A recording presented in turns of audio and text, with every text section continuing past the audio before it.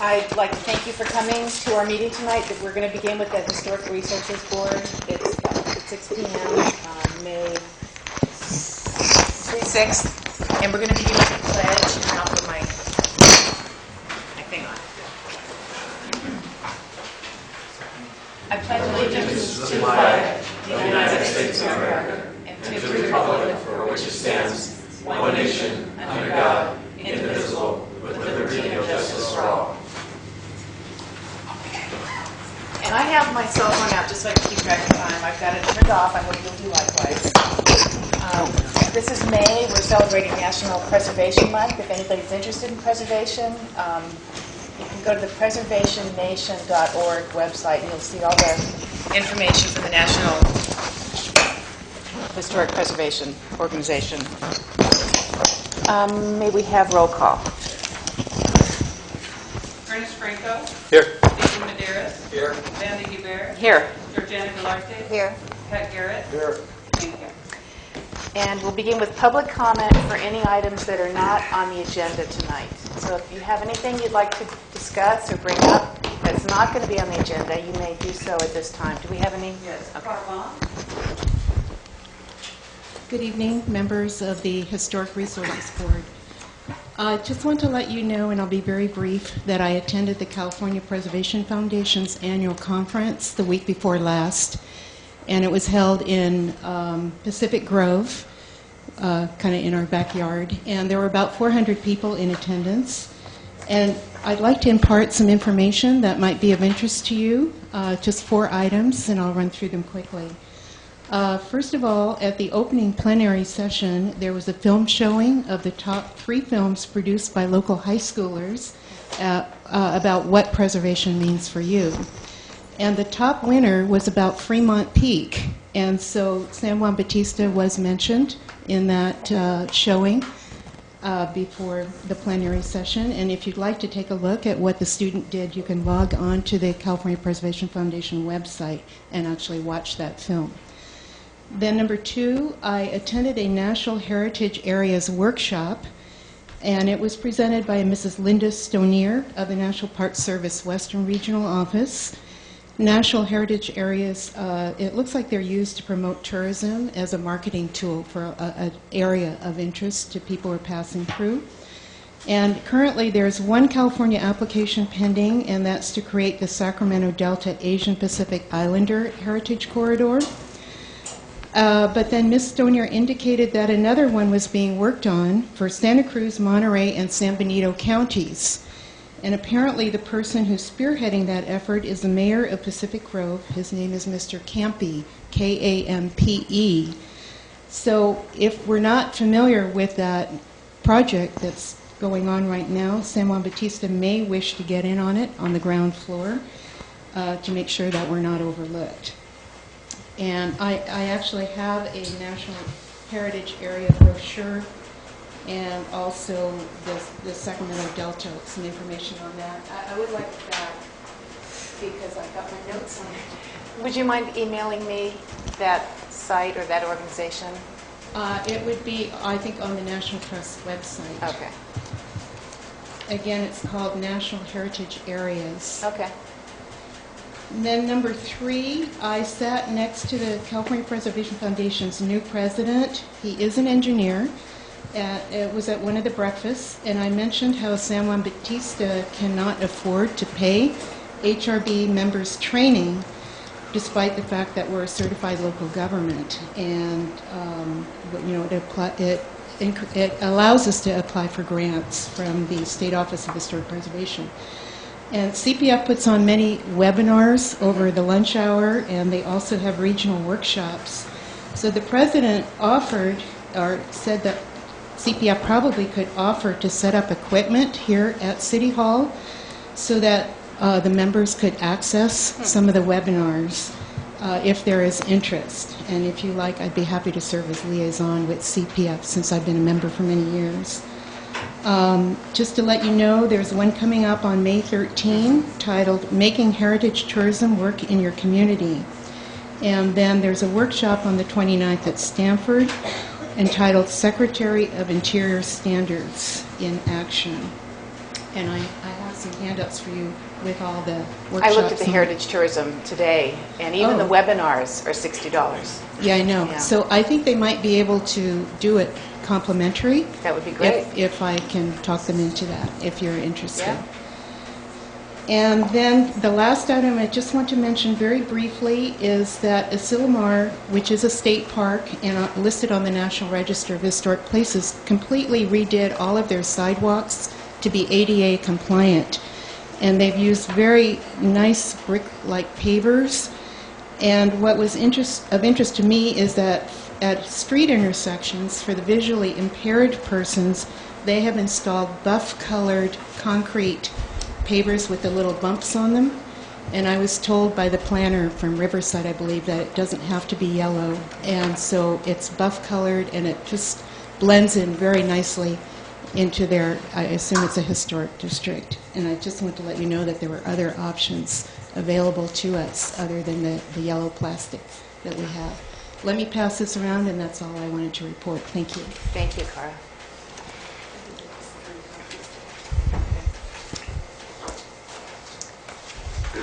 Are there any other public comments? No, you want your speaker cards? Okay. Thank you for your comments, Caroline. Hold this up. Next on the agenda is our ceremonial items, and we need to select a chairperson and a vice chairperson. We've done that for Planning Commission, but we haven't met as an HRB board, so we need to do that. Could you refresh our memory on who the vice chair is? Is it? I think it's you. I think it's you. I thought so. We've met so few. And actually, at the meeting where we selected our chair and vice chair for planning, we actually had hoped to just continue as is, but we couldn't make that official till we had our meeting tonight. So if anyone would like to make a motion, we can I'd like to entertain make that. a motion, we leave it like it is right now, too. I'd second it. Okay, so that would mean that I would remain as chair and Georgiana would Right. remain as vice chair. Okay, all in favor? Aye. Aye. Any opposed? Okay. Unanimous. Do we need to go one by one? Yes. Oh. Okay, Commissioner Guibert, Aye. Commissioner Galarte, Aye. Commissioner Garrett, Aye. Commissioner Medeiros, Aye. Commissioner Franco, Aye. and those are all actually board members. I'm sorry, Lisa. All members of the board being present, the motion as stated by the maker passes unanimously. Thank you. Thank you. And we'll move on then to informal project review. And at this time, any potential and/or future project applicant may present their project to the Historic Resources Board for informal project review for the purpose of gaining information as preliminary feedback only. No formal application is required and no action will be taken by the Historic Resource Board on any item at this time. We do have an item, the fire damage redevelopment project at 37 Washington Street. Do we have a staff report? Or is the applicant here? Thank you. Okay. Do we want to begin with Yeah, City? kind of covered. Is the applicant here? yes, Yeah. in the back. Should we remind people for a speaker card? Will Yeah. we allow speakers? Yes, at we this will allow point? speaker cards if you're interested. And this is the building that was burned, where the lighting shop was and the Chinese restaurant. The speaker cards are in the back. You can just give them to Trish, City Deputy Clerk. There are so few people here who really know what we've done about this before. Could you review again that this is informal, and that application? This is an informal project review. It's not official. The applicant will just present the conceptual plan to get our feedback, to get your feedback, to get an idea of how to proceed. And that's what we're going to do tonight. And again, this is for 37 Washington Street. Yeah. Chairman, I think the architect is in the audience here, is a representative as well as the owners, and they would like to make the informal application for the remodeling and construction of the damaged portion of the building on Okay. Washington Street. Then I'd like to invite, is it Mr. Weston, Weston to come and- forward and to the podium, please, and make his presentation? I don't know. Maybe not. Better? Okay. Okay. Hello. Hi. Charles Weston. I'm with Weston Wells Architects. I'm here representing the Candelas family. And part of the family is in the back row. It's Greg, Michael, and Gloria. Hi. They own the property that we're talking about, and I'm here to represent the replacement of that metal building with a new apartment complex. As you can see from the front drawing, and the site plan that's behind, the second plan that's behind that, the intent of our proposal. Is this up, is this it here on the board? No. No, that's No, the... that's not. Okay, That's a subdivision. okay. I'll just hold mine here So then. this property, go ahead, if you like. This property is a mixed use, so you can see that already there's the apartment above the adobe, and then there's a complex of other commercial spaces within that front portion. And what was burned was the lighting, store, retail, manufacturing, however you want to describe that, as well as portions of the Orient Express. Since it's been burned, the Orient Express has terminated their agreement or contract, pretty heavily damaged.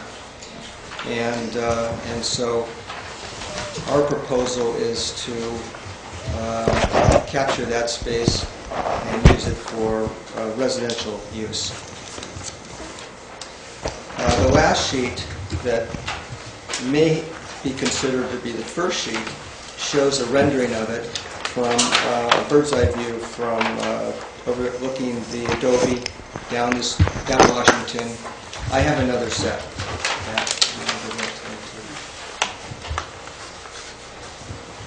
So we're trying to keep with the style of San Juan Bautista, the colors, the general overhangs and like the tile, siding similar to what you saw over at the brewery, Wait a minute. and fairly straightforward in a lot of ways. Oh.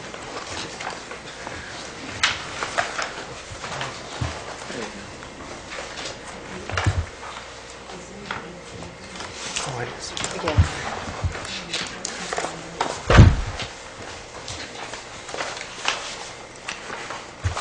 Okay, so this is what we're looking at.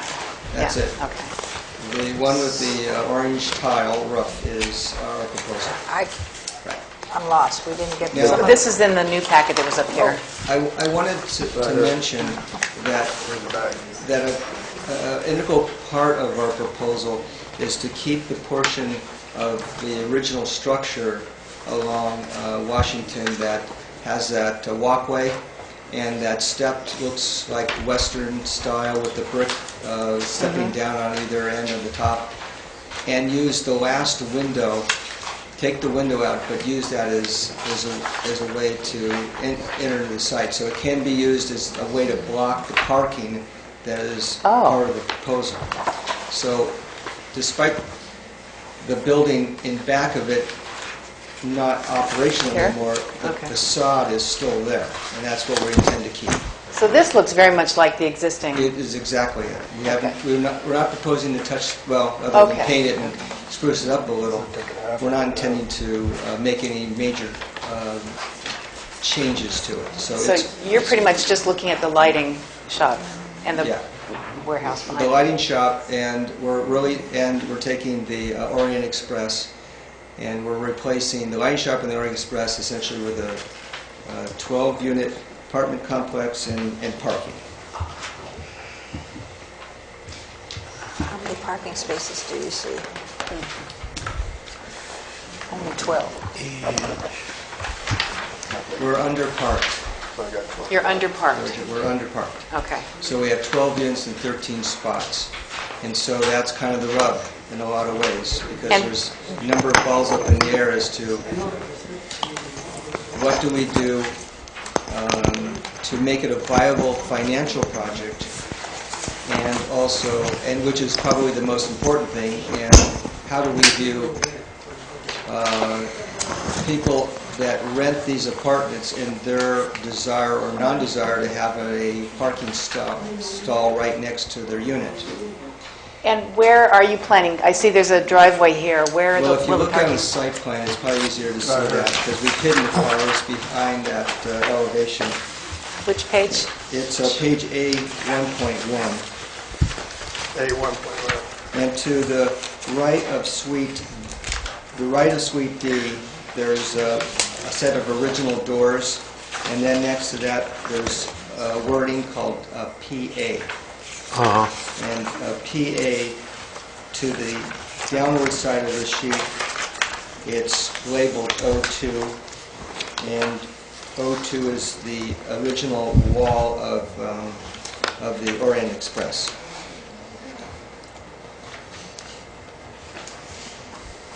So getting back to the parking, which is obviously one of our main concerns, and I'm sure of yours, we tried to strike a balance between what was feasible for us to reconstruct and how much parking that we could then afford to those units. That's essentially what we came to as in terms of our parking. Well, we tried also to, we had several versions of the site plan. This is version 10. Of utilizing the two easements that we have on the residence, which is next door. But despite that opportunity, they just weren't wide enough or didn't provide us enough backing space or really created a place where the parking was congested and difficult to get in and out of. We thought that the parking that separated the commercial aspects of this building at the corner of 3rd and Washington and the residential should be separated and more closely tied to the residence, which is on 4th Street there. That's how come we placed the parking where it is. So we haven't upset the balance that with our easements with our next door neighbor. We've tried our best to keep some of the older building, parts of it that we could, and at the same time, it's given us either this opportunity or this a dilemma of how much can we build for the cost that we need to spend to be able to not go into heavy debt on this project. Okay, thank you. Shall we ask the public first if they have any comments? Okay, let's ask the public if they have any comments or questions. Anything from the owner? Does the owner want The owner's in the back. Would the owner like to say anything about the project, or? I'd like to hear some of the comments first. Okay. So we'll invite the public first to make any comments about the project, and then we'll invite the board. I would just like to say before we go any further, since we have a laptop projector, do we, and the screen, would it be possible in the future to be able to project for the audience? Oh, yeah, definitely. I think we should do that. Because I don't know how much you can see by my holding it, and then I can't see. Yeah. Maybe we can pass it around. But this is definitely an informal It's an review. informal, but They haven't even made for the any main application. yeah, but even for the main projects, we typically don't have. Yes. Yes, please. But could you come to the podium and identify yourself, please? Keep a speaker card. Speaker cards are ideal, I'm but Jacqueline Raymer. And your lived here address? a long time. okay. The parking, I think, would be out on the street, a lot of it. When you rent apartments, you have people with 2 or 3 cars. It would be very inconvenient in this neighborhood. As it is, on weekends, you have no parking. Also, I don't see any place for children to play. I always look for that. And I don't see any areas there where they could play. And when you rent apartments, you usually have some children. That's a good point. Jackie, would you mind telling us how to spell your last name? R-A-Y-M-E-R. All right. Thank you. Those are good comments. Any other comments from the public? Cara? We haven't really had a chance to look at this car bump. What I did notice is that it's 2 stories, and it's adjacent the house on the corner of 4th and Washington. I believe is a one-story, the kind of Victorian house there. And then to the right of it, I believe, is also one story. So that might be an issue to have it up and down like that. Yeah, but then again, the Plaza Market is two-story, and the Yes, La it is. Calavera Right. appears to And be. That's just what I noticed right off Okay, the bat. thank you. And I know when we worked on the Mission Gardens, we made sure that there were amenities for the residents behind the building. Okay. Could you say that again? I didn't hear what you said. Mission Gardens project, we made sure that there were amenities for the residents. You know, there's an open space and a place where they can barbecue and hang out outside, which would not be possible, this being in the heart of the city. Okay, thank you. Yes, Mr. Gerbrandt. Yes, I'm Larry Gerbrandt, the owner of Rare Light Gallery on 3rd Street, and also a San Juan Bautista resident. I actually have a question I'd like to hear from the owner as to whether or not he considered keeping retail space on the bottom and having residential on the top. That is very typical downtown. And I hate to see us lose valuable future retail space. We've actually have a lot of people don't realize how many people live downtown above 3rd Street, and it seems to work fairly well.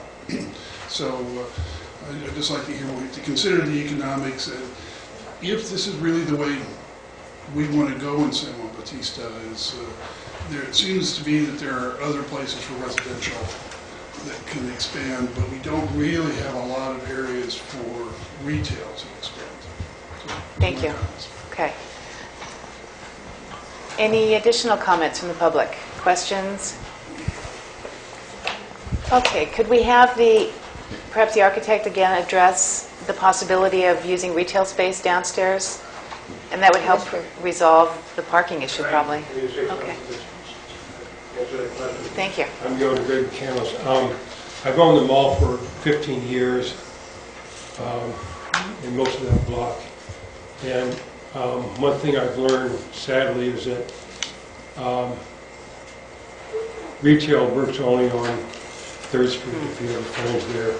Once you get off of 3rd Street, we have 2 spaces at front of Washington Street and have access from 3rd Street. And we have a few other spaces that are interior. And for any tenant who's not on 3rd Street, it's a uphill battle, and we've sadly seen a lot of tenants with their dreams open up shop, and a few months later they're gone.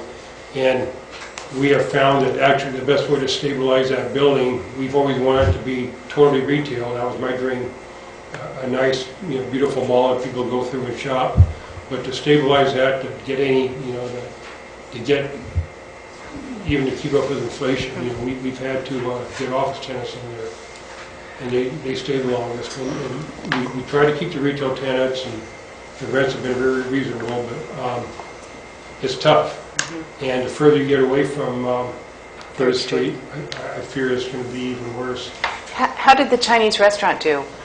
Was it difficult for them, or? They did all right. They did fairly well, but they were hurt by the economy. And they were open every day. A few years ago, they asked me if they could put street signage on 3rd Street to get more business. Yeah. Even though they're a destination, they still needed foot traffic, and we tried to keep them in the building, but it just wasn't going to work for them to rebuild. Yeah. Unfortunately, because they're a very nice tenant. I hate to ask this in public, but are they local? We miss them. We don't know if they're still in town, or I wish they'd reopen somewhere in town. We'll just give them our best. I would hope they would. We tried to keep them in the building. We had a spot for them, but it's tough for them to reopen. Yeah, they were hardworking people, open every day. I guess that's what it takes. Maybe there's still an opportunity for them. I don't know where they are right now. But it's difficult, retail difficult, and we also find even on 3rd Street that the merchants are usually only open on weekends, and maybe on Friday. And so if you put retail toward the back of Washington Street, you're probably going to get a lot of dark spaces during the week especially. And it's risky to do retail back there for those reasons. You just don't get to rent. And even building apartments is risky because you have the same construction costs down here that you have up further north where you get higher rents. And so your profit margin is lower here, and to have retail, you have to deal with that. It makes it very tough to develop. Maybe you can address the comment that Cara had made about amenities on the premises, like for barbecuing or for a little park area for families, or is there anything in the back? Is that just empty lot back there? Well, behind the building is an empty lot. And it's a different owner? It's our ownership. Yeah. And on site, it's difficult there. We do have access even through a neighboring property, but that's an access easement. And I understand that. I mean, it's something to be explored. Okay, thank you. Yes. Does the public have any other comments to ask the owner? Okay, then let's bring it back to the board and see what we have to say. Pat? I'm totally against this because what's going to happen here, apartments are not a good thing when you got an old history town like we got right now. We're taking out of a lot of shops that could be sales tax coming into town. Apartments don't bring money into San Juan. Matter of fact, the 12 spots that you got here for parking is not going to be enough because most people got 3 or 4 cars. So we're going to have to take all this parking up along the street with people staying in apartments and stuff like that. Take away parking from tourists. From retail. Yeah. Retail. Georgiana? Anything else, Pat? That's it. A couple of questions. The apartment that is there in the Adobe, how many are upstairs there? Just 2? And they have no parking, isn't that right? That's right. And so they've been parking in the street forever and no amenities. Also, the trash is right there on the street. Right. With no amenities for that. Right, but they are downtown, so that's a plus. Uh-huh. Actually, what we're seeing here is more like a hotel or motel than an apartment without amenities, pretty tight parking, small units, 2-story, and right across the street from a very, very often noisy and Busy. celebrating center for the San Juan. And at night, the traffic takes up all of the parking in that whole area. And other organizations who meet nearby have a very hard time finding parking. So the parking is a real big issue for me to think about.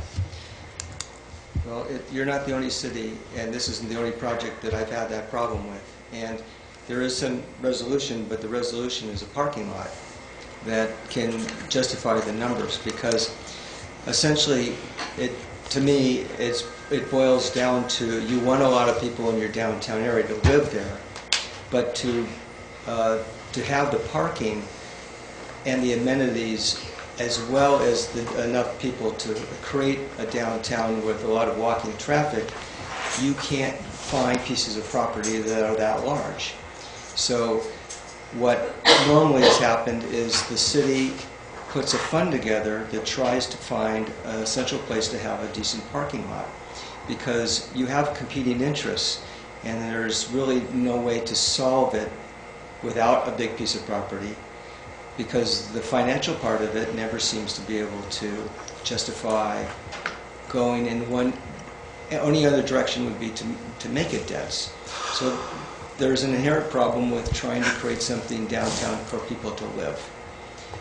I wouldn't say, in San Francisco it'd be more obvious to say this, but you can't have a place to enjoy a barbecue if you live downtown. You can find a place in San Francisco to do that, for sure. But I have children that live there, and they don't. Mm-hmm. But it's just a matter of picking a solution. Maybe it's a general one, but the parking takes up a lot of space. The open space takes up a lot of space. And a decent residential unit takes up a lot of space. But I think the overriding concern is if you have enough people downtown, your town becomes more desirable for more retail, and retail can see the possibilities because there's a lot of people on the streets. So this is an opportunity that's come along to San Juan that often. But in Morgan Hill, which is where I have my office, but I do a lot of work in San Jose, I see this quite a bit, this struggle. And no one seems to be able to clearly answer the question, let's do it one way or the other, but it always seems that the solution is let's have as much units downtown and find a place for the parking so that people who work and live can live relatively in the same spot. It's not perfect, but this is the reality, I think, of this site and a lot of other sites that are having problems with its growth in one way or the other in downtown.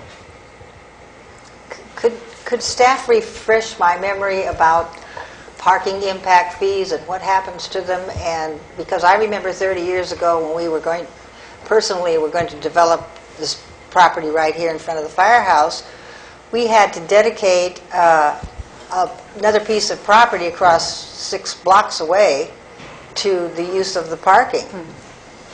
And I know that when the the hotel was built, they had to lease the property behind the clock shop, which now remains empty for some reason. So can you refresh our memory of how that might happen? When you're examining a project, you look at the parking requirements in the zoning ordinance, and you determine how many spaces are required for that development.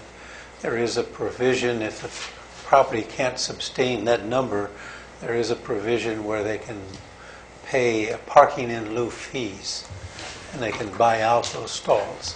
That goes into a fund that the city uses to promote off-street parking.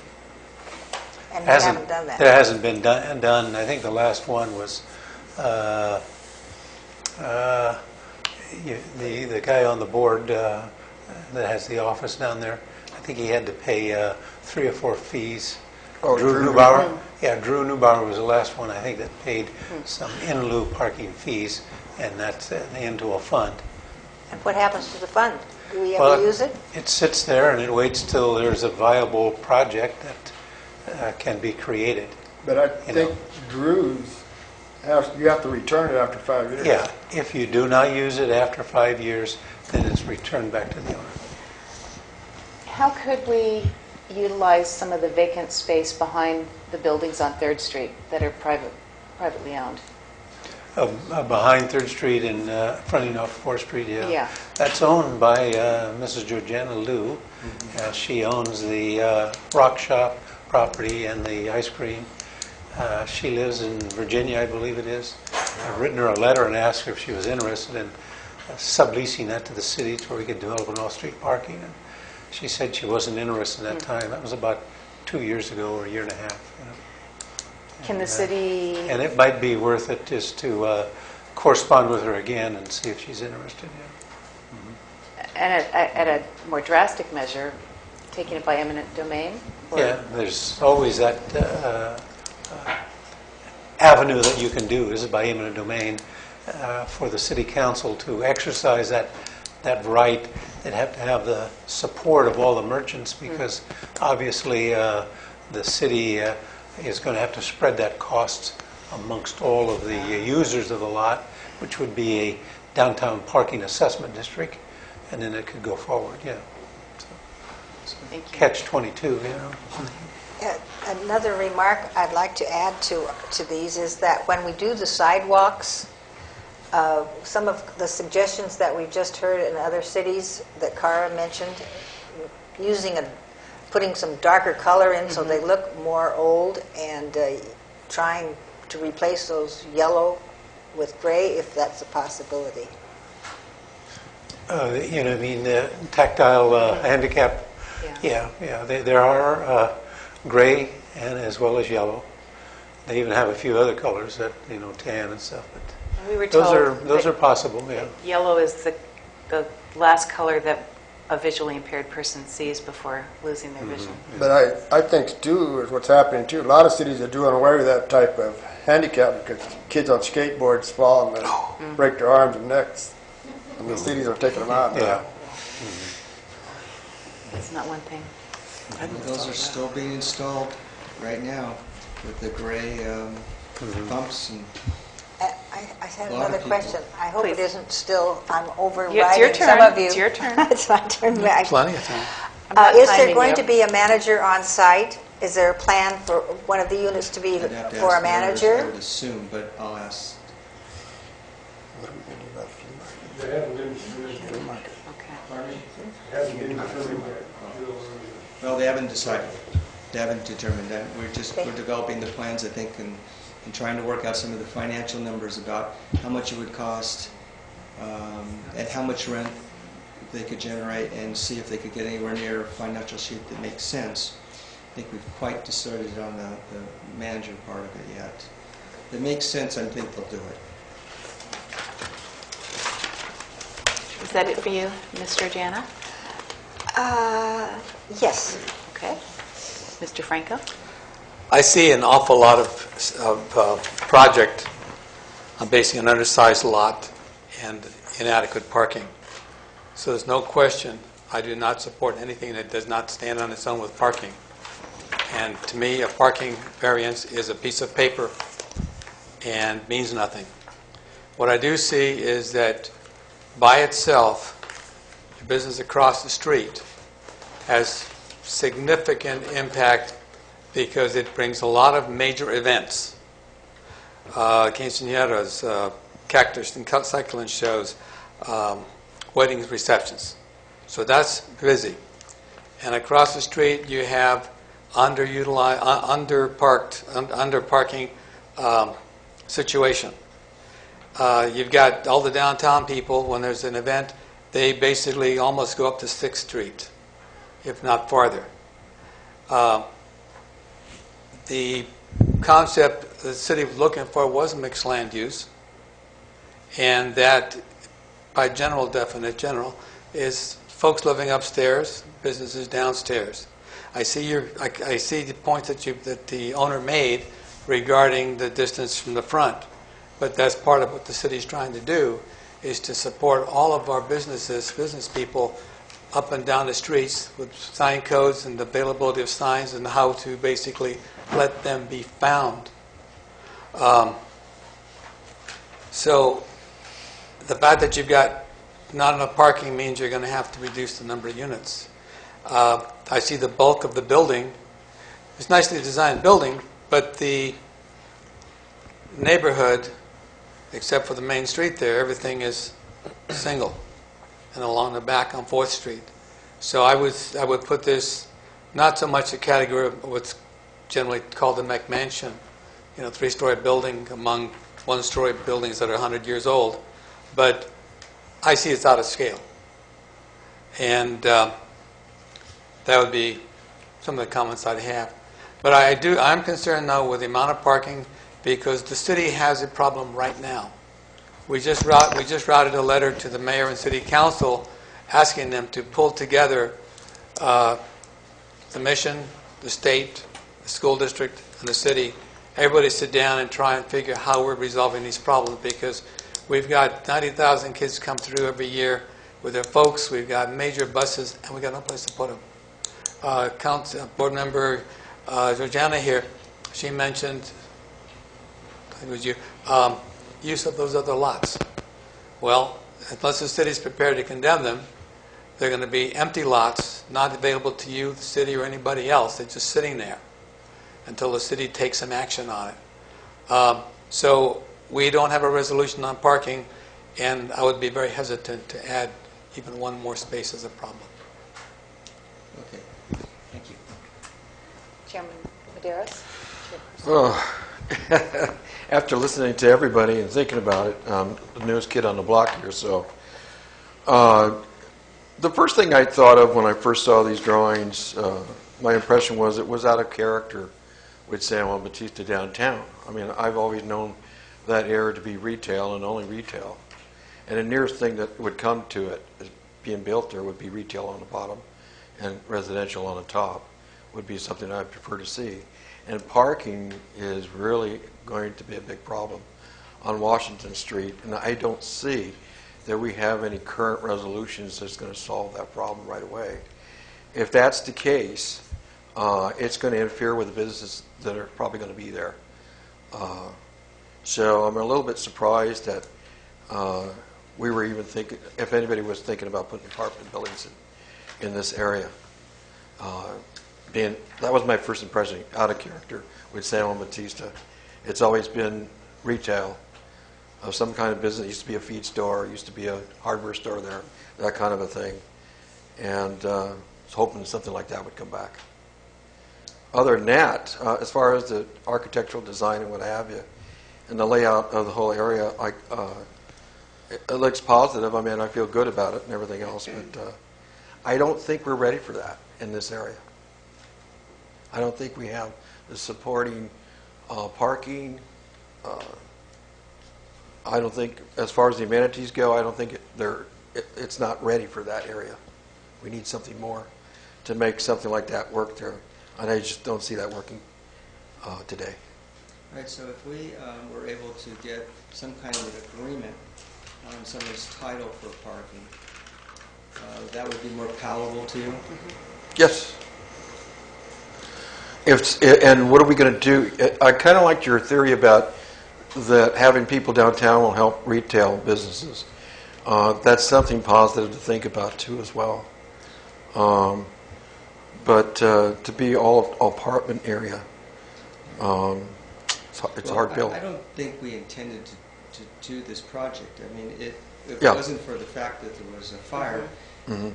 we wouldn't necessarily have to have gone through all the steps to try to come up with a solution that suddenly was, or solution or opportunity, let's put it that way, that was in front of us. And I'll just say once more that this project doesn't fit the where the boat lands on the stream right now. But if we wait to when it does, what does the property become in the interim that then is inappropriate for when we have the opportunity? You know, it's kind of hard to look at a project just from a snapshot and say it doesn't work right now, but if we built it in 10 years, it was perfect. That's what I consider to be looking into the future, the crystal ball, and saying, okay, well, what is our city going to be in 15 years from now? Are we going to have an overabundance of parking, or are we going to have too many, we're not going to have enough apartments, and there are not enough pieces of property that can support that? So there is some problems with parking and density with this. But at the same time, if you look into the future, is this project just perfect if we had developed it 10 years from now? And again, we didn't want to develop this 10 years from now. We didn't want to develop it at all. We had a perfectly good piece of property that was functioning and no intentions of ever coming down to San Juan to present anything to you. But we tried to balance it with the needs to be able to build it, to know from the past history that we've had of the commercial viability and how that would pan out if we built it right now. What would we be able to ever get someone in there who would pay rent for any period of time, and would it force a hardship on the owners that's by some odd sense not theirs to have to deal with? You know, they have this piece of property with the intention of keeping it up and making money and passing it on to their younger generation.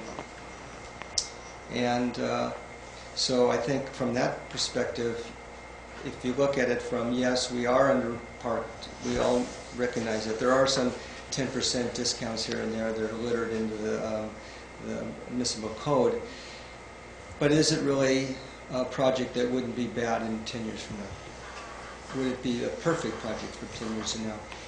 But I still maintain that the only way you get downtown viable is having people close to living downtown that can walk the streets, visit the shops, work downtown, and are close to where they live. I think that, to me, is more overriding than everything else. And parking is a problem, I understand. right now. I just have a couple of comments before closing. I have to agree with the parking issue and the fact that I would really prefer seeing retail on the bottom. And I mean, 12 units is a lot of units for that space. But I'd like to commend Mr. McCandless for being a responsible and concerned property owner in San Juan. I can't say that for all the property owners. I mean, he's here, he comes to town, he developed the Pierce Lane homes, repaired them, and it was seamless. You can't really tell that they're much different, but they're a lot more livable now. And the Plaza Market now is a lot more livable as well. I was looking at the historic preservation element, and historic preservation element number 4 says, in the event of an earthquake, fire, flood, or other similar event affecting historic properties, take all reasonable steps to promote rapid repair and restoration. In the event a historic building is damaged beyond repair, require the replacement building to respect the former building's architectural style. So I have to say, based on that, the proposed building doesn't really reflect that. That's for sure. Yeah. Well, I mean, it only had a single door and a garage door, and it was pretty much a blank wall. Yeah. And this is a lot more friendlier, at least from a streetscape, than that ever could be. And really, I'm not going to say that historic building is sort of a metal, inadequate kind of building, but to replace that in kind with the kind of codes we have now with the knowledge that we could really never use that and gain enough monthly financial support to justify even going in that direction. Well, I just think that would be a really difficult thing to do. I'm not quite sure how I'm sure you're aware of the historic building code, and it's a little bit more lenient than the other building code.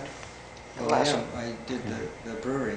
I know all about how historic buildings are supposed to be redone. And the drawings that I presented to you when I did that was totally in line with that. This doesn't necessarily equate because there's nothing really left. I mean, it's burned. The brewery was, in some regards, a lot more of a viable structure.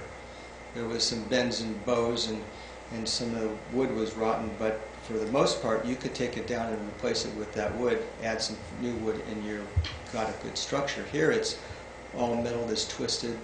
Most of the wood is all burnt and charred. No structural engineer would ever agree to let us use that kind Is there anything salvageable? Any of the metal roofing or? No. No. The only thing salvageable, Gloria picked it up a couple of days ago as a little piece of crystal about this big from one of the lampshades. Wow. It's a real mess in there.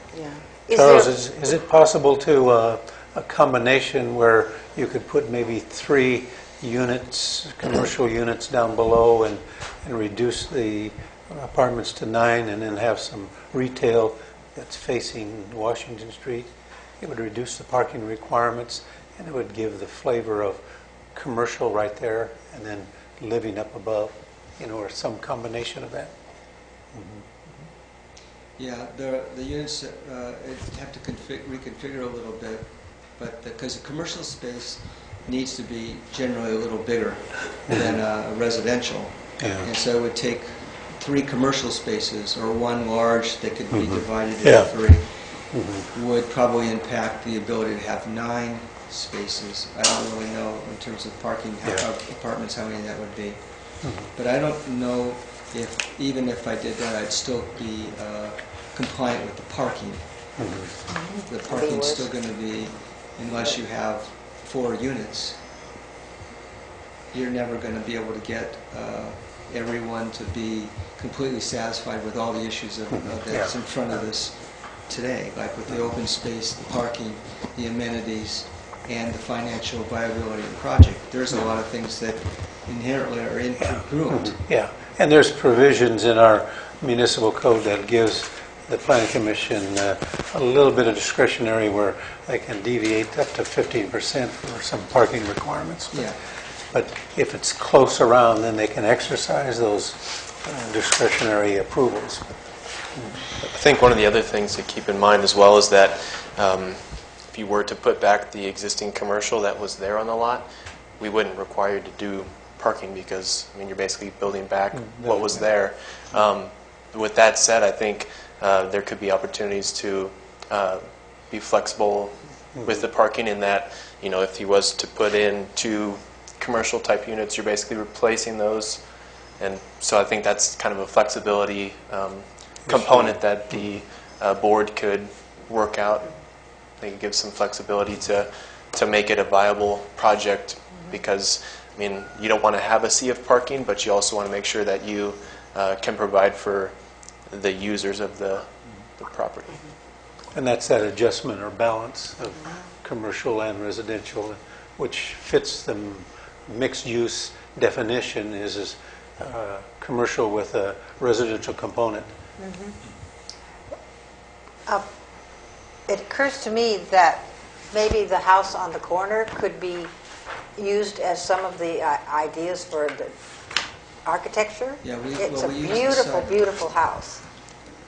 We did a little bit. The siding that's on ours was supposed to match theirs, and some of the detail, I haven't studied enough because I wasn't really sure what the conversation would end up with, developing such an architectural response to that house, this apartment, and the adobe. I took some of the elements of the adobe and put it there, and I would articulate that as we go forward.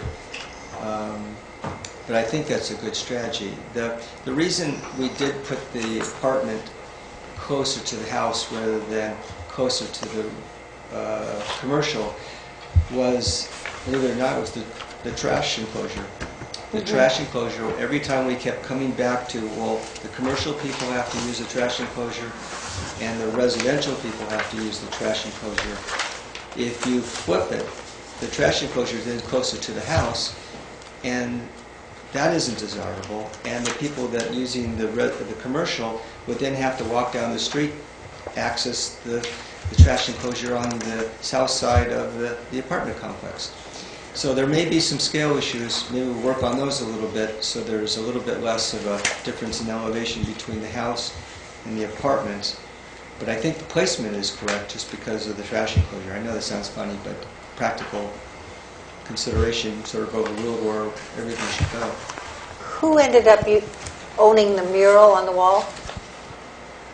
Is that the corner house, or is That's that... Rodriguez, the guy That mural on the wall belongs to the neighbor, right? Medina. Medina. It does. Yes, it does. But we had some ideas about approaching the owner with regards to the easements. But after going through a series of site plans, it really isn't feasible, and it really would upset them because they have already gone in that space and utilized it, and they have in the back parking. So it was in our best interest to be good neighbors, not to try to negotiate, you get this easement, we get that easement. That stays its course, and everyone's in place there. So we felt like that was a good idea. Have you had any discussions with the neighboring businesses about the project? I haven't. Yeah. No. The neighboring ones that would be then to the east, you're referring to, or further over Any west? any discussion at all with any of the neighboring businesses No. that what may be proposed? Because they're tenants of Mr. McCandless, too. Well, who wants to- those 3 or 4 along the main drag those are his, but we haven't gone on the other side or asked the restaurant or anyone to look at I think we would probably do that just as a courtesy if we got if we were getting close to a set site plan. Right now, there's still a lot of areas that the planning, Historic Resource Board, and the developer are separated, where we have to close that gap closer so that we have something that we would be comfortable saying, this is what we want to do. And we somewhat have the city's on our side in terms of approval. Are there any additional comments from the board or the public? Yes, Mr. Gabrandt. Just to take issue with one of the things you said, the notion of having residents downtown so that they can use the shops that are downtown, you're taking away retail shops that in theory, I mean, that logic just doesn't track. So you put more people downtown so they can use the services, but those services are being taken away, potentially. I mean, this town desperately needs a hardware store, dry cleaners, a Chinese restaurant. I mean, we need more, not less. That's number one. So that people who do live downtown can frequent those. That's number one. Number two, we seem to have a unique one-time opportunity because of the fire to possibly do underground parking. Is that actually considered? I know I used to live in LA and they have much greater parking issues, and underground parking is the standard solution. In Europe, it's everywhere. Right. I mean, it's not pleasant always. A lot of people don't like going underground, but it strikes me, you couldn't force somebody to do an underground parking on an existing structure, but you have a one-time shot of doing it here.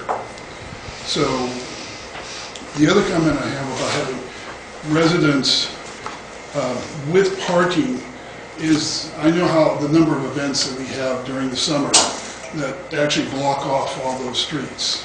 So the very time that they're going to probably want to be able to get in and out on weekends is when they're going to be locked in because of the events that take up all of that street area. So those are, I am very curious if you consider underground parking at all as a solution, because that's kind of obvious to me. Well, with all due respect to that potential, it's so prohibitive financially that just the construction, not to mention the access to it, not to mention the maintenance to it, not to mention the water infiltration, makes that solution a desperate move. Well, maybe we all, building something that doesn't have enough parking just compounds the problem, is equally desperate. I think in San Juan we do have a problem with drainage, don't we? So I can understand your hesitance to do that. Mr. McCandless? I just wanted to respond to that. You mentioned about, if you kept the status quo in the retail, you're going to end up with a lot of vacancies, because these are small shops. These are not big shops. And a lot of vacancies, and it's not going to be a benefit to the town. It's not an ideal situation where you have these bustling shops and people come in and shop. It doesn't work that way. My project on Washington Street, they struggle. Believe me, if they're not on 3rd Street, even on 3rd Street they struggle. With gypsum economy, but behind, if they don't have the frontage, I don't think it's going to work. I really don't.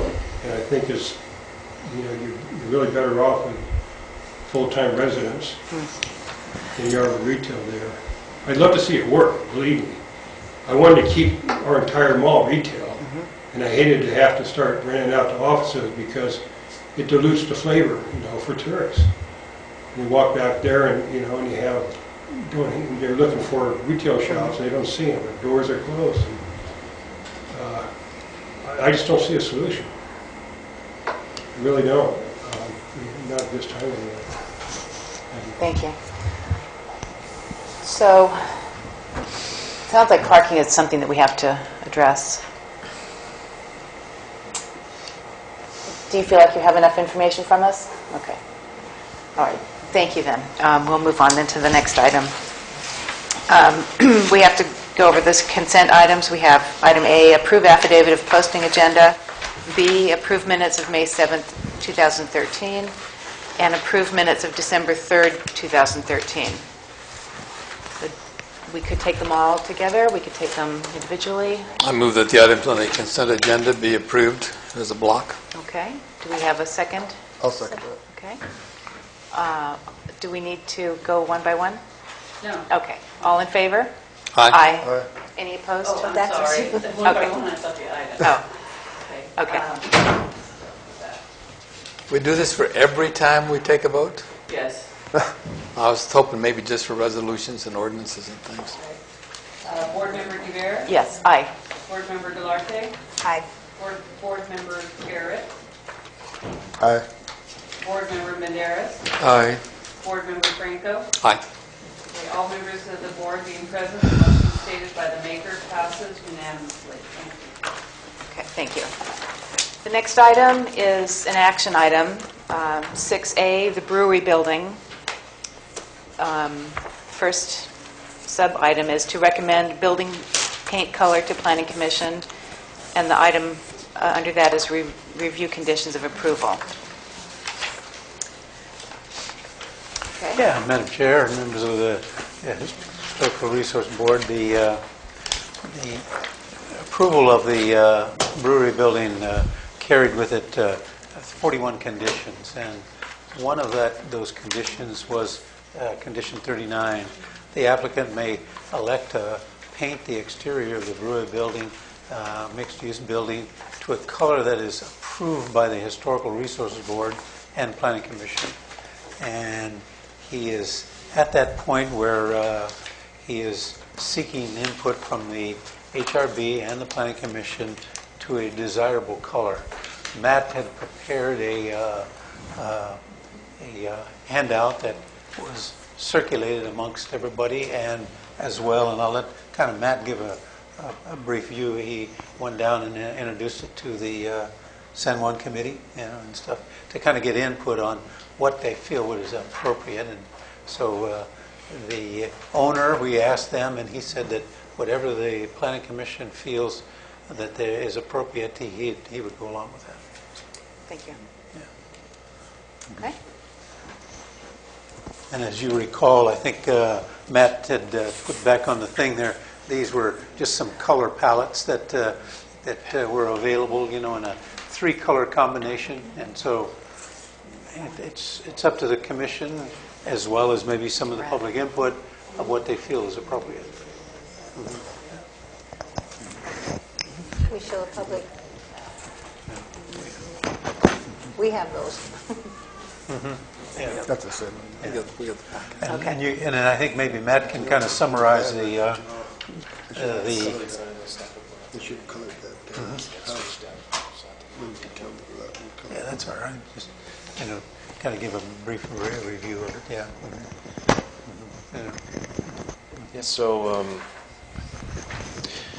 we had kind of tentatively sent out a survey to the planning commissioners, getting a sense of what colors they liked most. I don't have that in front of me right now, but we have in the packet those colors identified with letters, and so looking up above at that, basically the top row, the second one in, that one received, I think, the most votes, and then, yes, the top one, and then on the bottom row, basically those, the two that are, the second one and then the fourth one were kind of And that also would, identified. in your handout, that would be G was one of the top vote getters. That would be the second to the top on the left. Yeah. One thing I'd want to clarify is which would be the body color, for instance, here. That's up to the commission. Okay. Yeah, you're going to make that decision. Okay. I'd like to ask a question. Yes, please. Mr. Ponce, do you recall what the colors these were when you were living in them? Yeah. And I didn't mean to put you on the spot, but we're looking, again, the keeping the flavor and everything, and somebody who was there. Well, it was, when we were there, I think it was sort of a gray, white gray, and then it was later on, it was painted red that was there when it was taken down. So I think it was sort of a light color. You mean Yeah. like Mr. West's property? That shade of gray or Yeah, lighter? I think so. And then Richard and I today grabbed an old piece and we found some yellow underneath there, some white, you know. Anything goes. So What does Jackie say? it's wide open in terms of what was there before in terms Yeah. of. And when I got that color chart, I also picked that second one too. As That's what I G? thought would be the closest to. G or B? The second. on Second top row, second one, or second on the Top first? row, second one. Yeah. So that's B. G. G. Oh, that's different from us. You live there too? Yes. Oh, my goodness. Everybody does that. Yeah, no kidding. So You left out? when it probably changed in the late 40s and 50s. Yeah. And 70. Yeah, we left there in I think around 56. 56, yeah. And it was still a light color. Light color, yeah, right.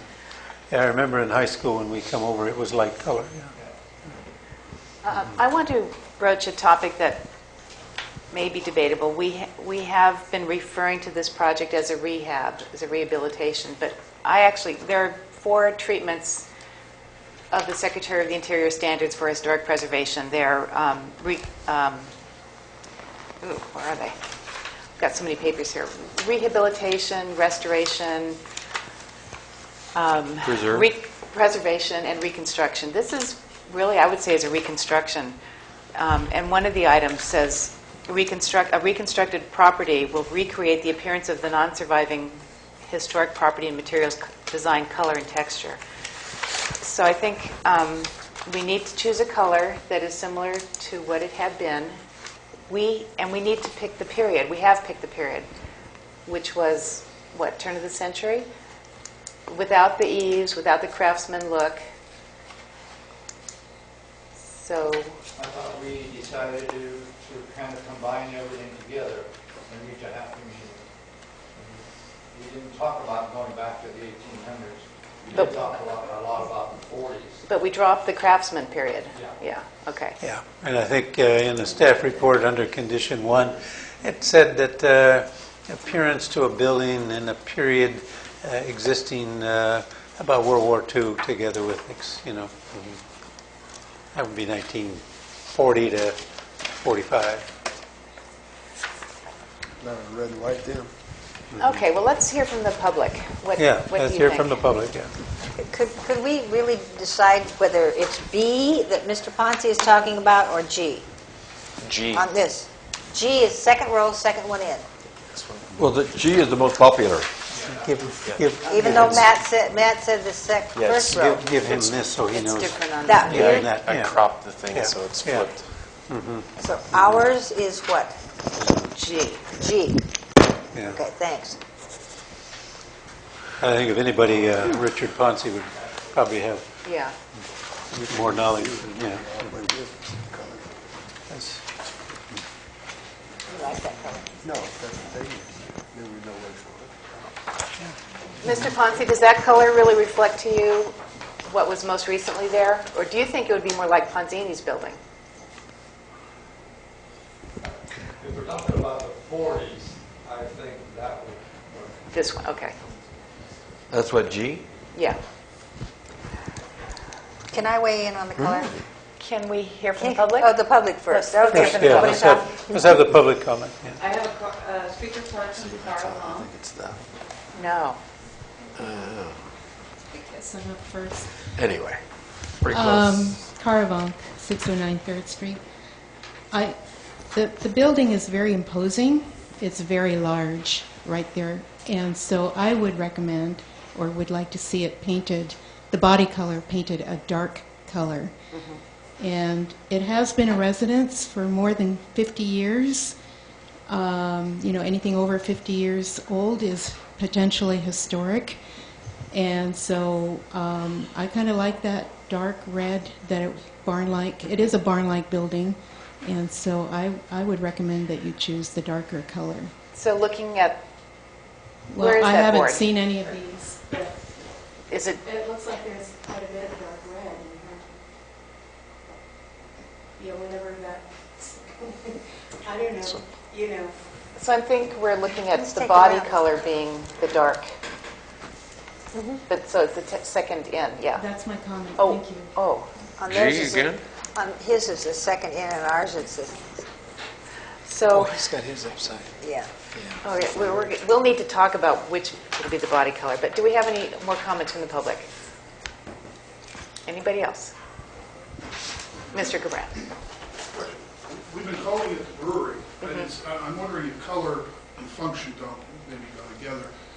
It's been called the brewery. Is it actually going to be a brewery, or is it a residence? We don't know.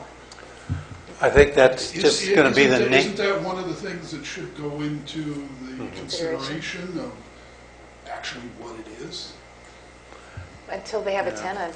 I think it's going to be labeled the brewery, whether it's going to be a retail, a restaurant, or a microbrewery is immaterial. That's the brewery building. But it's not going to go back to being a residence. It's a commercial building. It's designed for a commercial entity. Yeah. Okay. That's my only comment, was it form and function kind Now, when it was a brewery, it was probably white, huh? Or who knows? Why? Can I make one more comment? Please. If they do intend to use it as a brewery, they're going to have to really put a big foundation on it, because those breweries take those big tanks, and you need the right kind of foundation, and it doesn't have it. Yeah. Well, when this project first came to us in 2012, the idea was that it would be the old brewery, and that there was a tenant, a prospective tenant who would do that, but Apparently, that hasn't. because it wasn't built that way. Yeah. There was an individual that wanted to put a microbrewery, and he showed us the tanks and vessels, and it would require us to reinforce the foundation to support that weight. So the design was could be, but it would have to be altered to support that. And so then he had the tanks on the outside towards the patio, and we said that was not it was inappropriate because it didn't meet the design side guidelines that you approved. Any further comments from the public? Okay. Georgiana, you had a Well, comment. I've heard what I wanted to hear. Okay.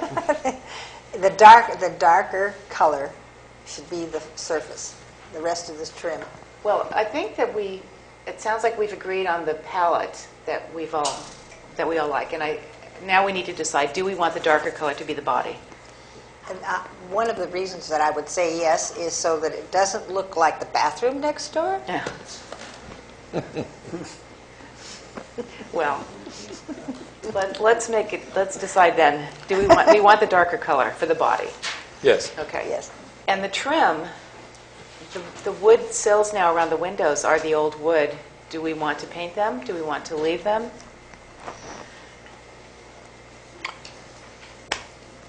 They need to be protected. Can the body color be aged? Can it be aged?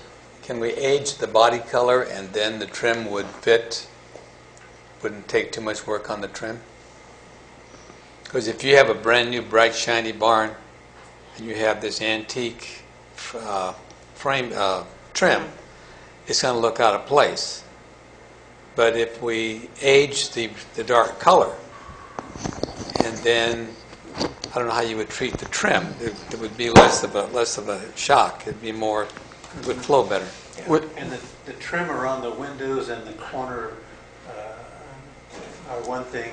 Then there's the original redwood around the deck, and and we've left it that way so you can kind of see. We can leave it in that natural stage, and then the preserve could be some type of a clear preservative that would prevent it from deteriorating. Are the posts also original?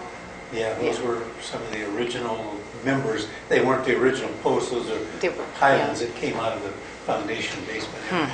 Yeah. All you would have to do is just put Thompson water seal on all the redwood. Yeah. Yeah.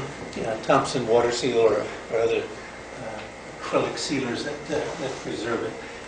The surface is something that we wrestled with and everything, and I know Kara Blanca's there, and she's very critical of the new siding, and we wrestled with it, and we looked at the existing siding.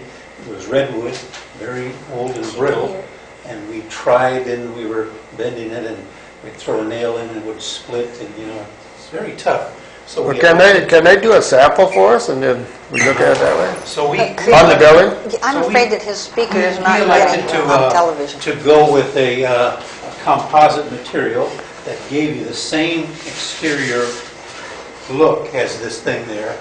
And then when I told him, I says that we don't want a smooth surface. And so we stressed it and we painted it with elastomeric and gave it the stain.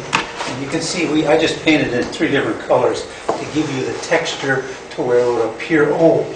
Now this is the new siding. See, and that was the theory behind it is that the existing redwood that was used was very few pieces that were straight, but yet when you put a nail in it, it would split. And you can see, I'll pass those around. And this, we stressed it, and we used the elastomeric to stress it. Are you able to hear? Okay. Yeah. And this is a piece of the original redwood, and you can see in the texture. Was that stressed or was that originally stressed? This is the original. You can Yes. see, and we just painted Hold it. it here. But did you put in the Just so we stress leave it mark? just so they can see it. No, it's just original. Oh, everything's original. Yeah, This is original. yeah. Now you can see I the don't contour, the difference between those is that we intentionally tried to make the old siding, and that's what's going to be made. We're going to make the old siding look like the original. See, that's that aging I was talking Oh, about. it looks like it. It's just a treatment of elastomeric paint, which is a special paint. And that's why we elected to go to the new siding, because by the time we started nailing it, it was splitting, and we couldn't get the seal. No, I don't like any of the We couldn't get the seal This looks like for the real weather and the insulation. That's a repressed wood. So are any of these the colors? Yeah. No. Okay, so you got, You can see, Yeah. This is the original wood. Yeah. I like the red better. Yeah, but see, they made the marks in that one. Yeah. That's not original marks. Well, that's a pretty good Yeah, that's how replication they there. stressed it, yeah. change is better. We worked with it on several occasions to replicate it so that we're as close as we I can. wouldn't go that route there, because if you don't do it right, it's gonna look terrible. So you don't want the stressed look? Yeah. Yeah. they should have used a chain. I am afraid of that, too. Like if you're gonna paint it, paint it natural. Over the years, it'll get stressed. Yeah. Oh, yeah. It'll weather and stuff like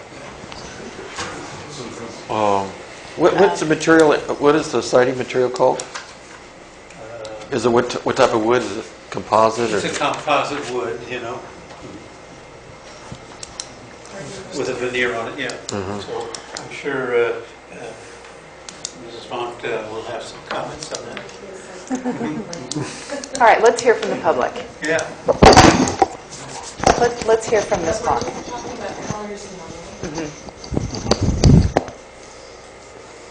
Are you ready? Have you formulated your thoughts? We're ready to hear from you, I think. Oh, you did? Oh, she was Yeah, just. okay. If we're going to stay on colors, Well, Okay. color has to are we do still with on wood. colors? Okay. All right, so we've selected our color. I think making it, fading it or putting in more black, so that it's not this big bright red would help. Making it look a little more aged.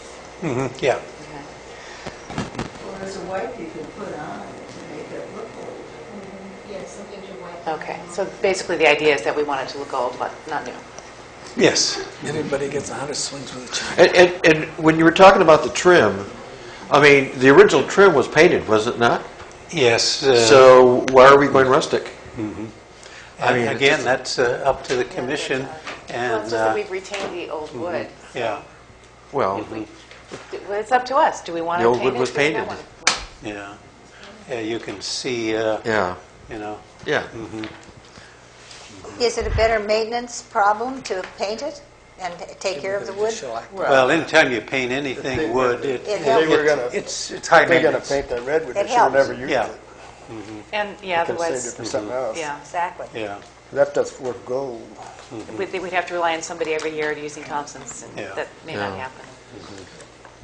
There might be a way to, you can do painting on the building possibly, but then on the decking, maybe leave it more natural looking. I mean, might be a variety there. Because you can paint the building, and if you like the decking with the original, weathered look, then you could, and if you don't like it, then you can paint the deck after. Yeah. I mean, that's just maybe one way to phase it. Why don't we just put it back like it was, red and white? No, No. no white. It's, It's been that way for 400 years. No, I think a more appropriate would be a darker, rustic looking wall. Well, and and then three with- colors is optimal. Three colors are a Yeah. good combination. Yeah. But I think the body should be darker. Yeah. Mhm. Okay. All right, then we've settled that, yes? Okay. Okay. The barn. So Yeah. That's a door. now, we're going to move on to the conditions of the approval, conditions of approval. So what's the final thing on this? That we accepted, whatever, Matthew knows which color we approved, right? G. Is it It's G, our and then G. the body is the darker? The body's and the then darker. Is that lighter color going to be the trim? The mid light? I mean, do we know what the trim is? We'll get a color palette and then do it on the back side, and then we'll have the commission or the HRB come over and take a look at it. Let's do that. Yeah. Because it's a work in progress. Yeah. You know, Should and we it's, vote on each separate action? and it's hard to judge it at this stage until you get everything finished. We're not going to be doing any of the painting until we get most of the finish the dirt work. So all of that dirt is going to be flying in the air, and then we'll do the final. We'll probably primer it and then come back in and then do the final coat. We want the dirt, don't we? Okay. All right, so then now we'll move on to the conditions of approval. Shall we do a vote on just the paint color so that we don't get mixed up on what we're doing about the conditions of approval? Is that Well- the logical way? No, that's a whole different, it's a different item on the agenda. So, I think this one is consensus.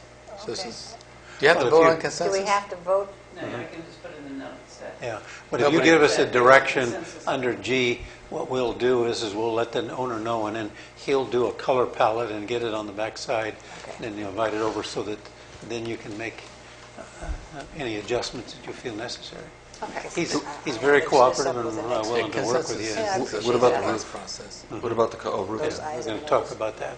Conditions of approval. All right, so Okay. can we hear your staff report then on the conditions of approval? Well, again, the conditions of approval have 41 conditions, ranging from a variety of conditions, and condition 17 and 18 are two that we have got the submittal from the landscape architect, and we've sent it back a couple of times to get the trees right and stuff like that, and we're still not satisfied, but we'll be bringing that to you, and that is where, according to your directions, we'll be bringing back the landscaping and irrigation system so that you can have the final say on that. Okay? Okay. And with regard to the 39, the color selection, and then Matt again sent out the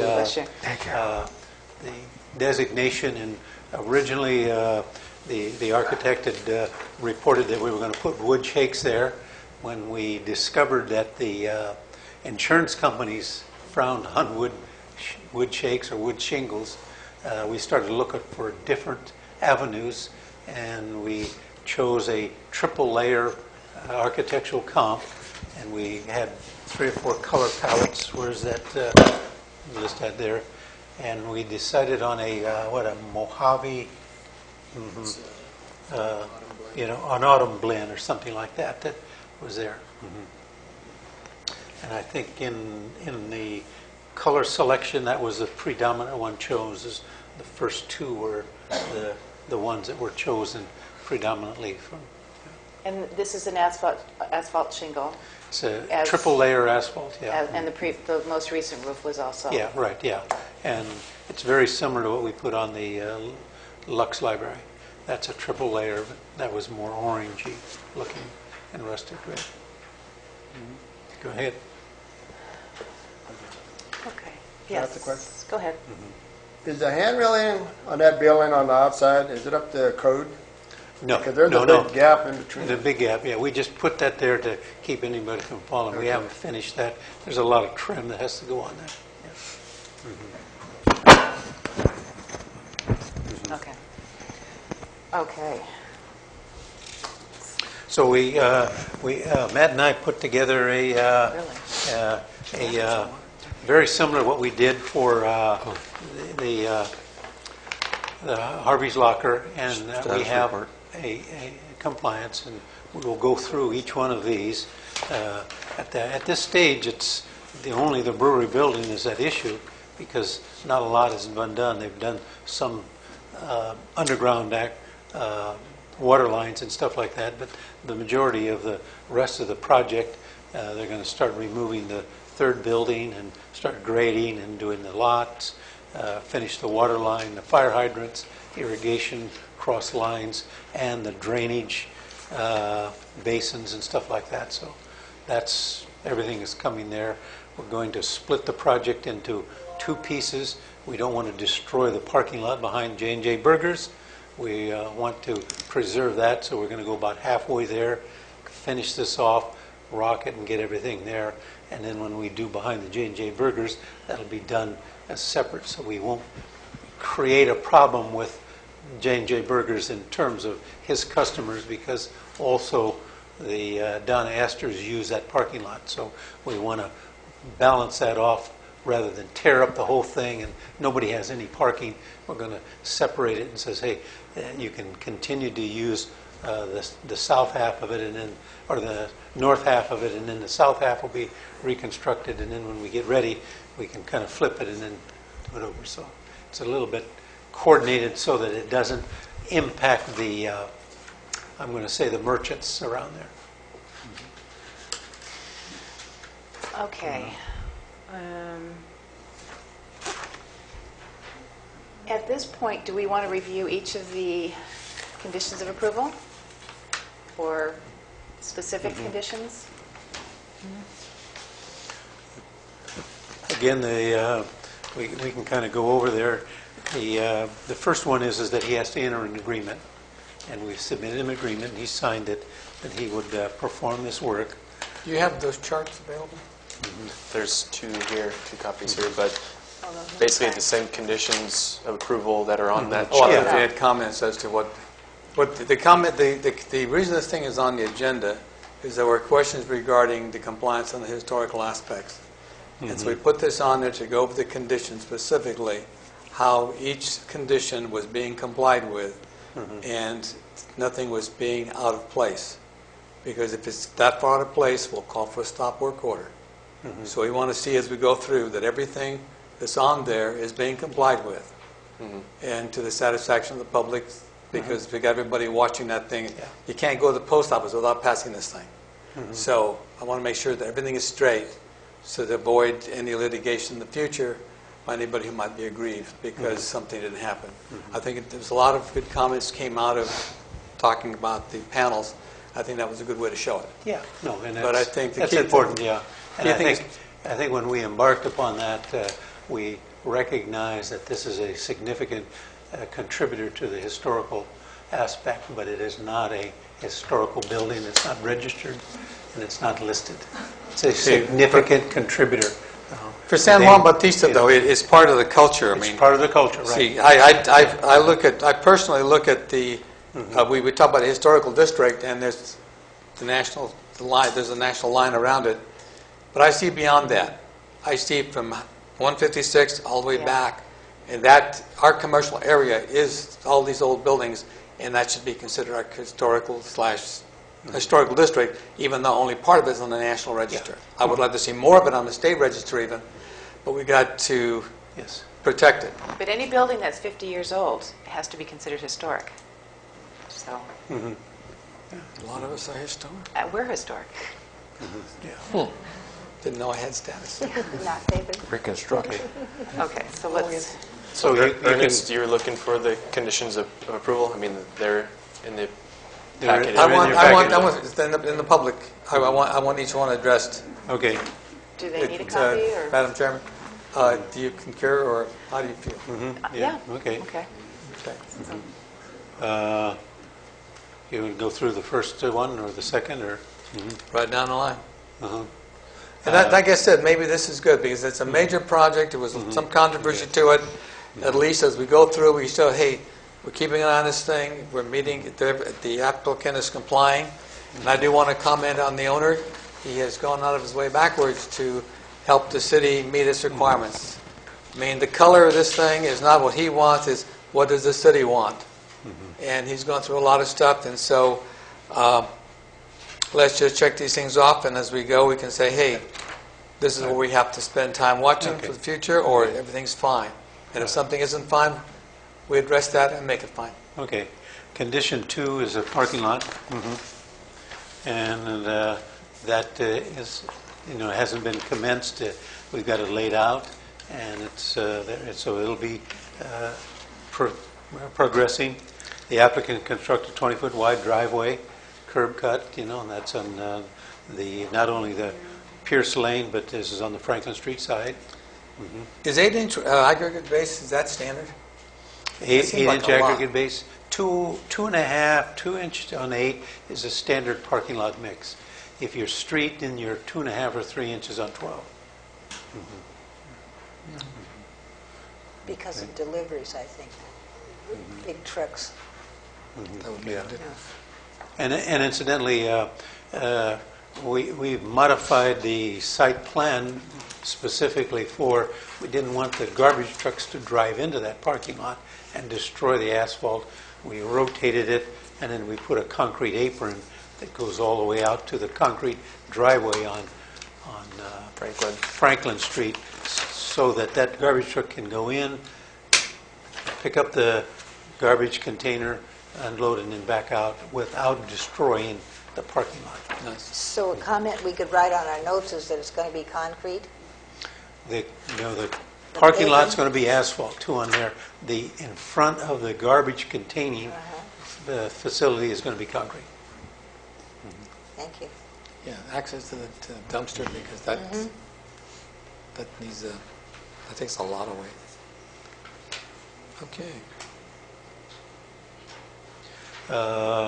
Condition 5, the improvement of Pierce Lane to a 20-foot travel width, 2 inches of asphalt on 8 inches of aggregate base for a distance of 156 feet to the back sidewalk of the Alameda. And again, that hasn't been commenced because we have some underground utilities that have to be put in there before we start to grade that. Condition 6, the applicant install fossil filter storm drain catch basins, drop inlets together with a sedimentation basin on the site drainage.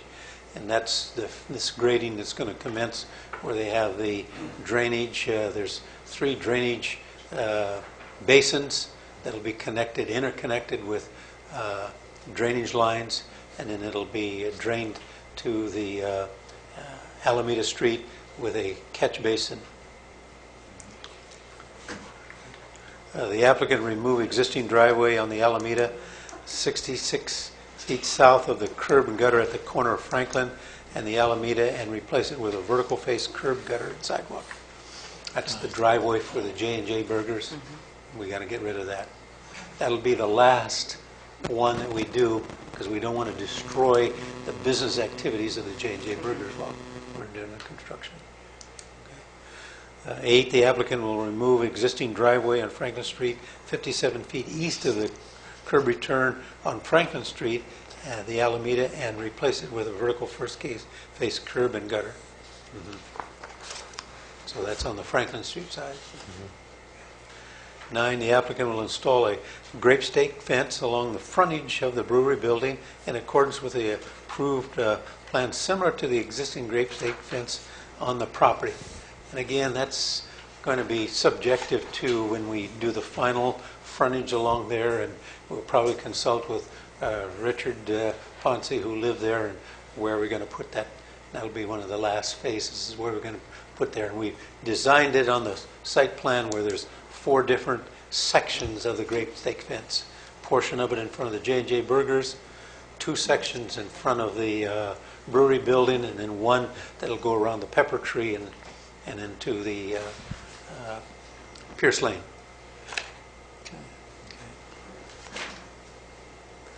The applicant, 10, the applicant will construct a solid waste containment vessel to hold solid waste containment bins, together with a concrete apron, wood swinging doors, and concrete block perimeter wall.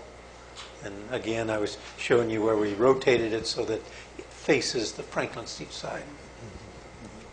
The applicant, 11, will install a sewer lateral and approved grease trap. The lateral has been installed, but the grease trap will remain to see what is. If it's a restaurant, the grease trap will have to be installed. If it's not a restaurant and it's a retail, then it'll be just a regular sewer lateral. And the grease trap goes on the roof? No, the grease trap is a subsurface. What are those big things that are on top if you have a restaurant? Oh, those are fans and recirculating exhaust fans.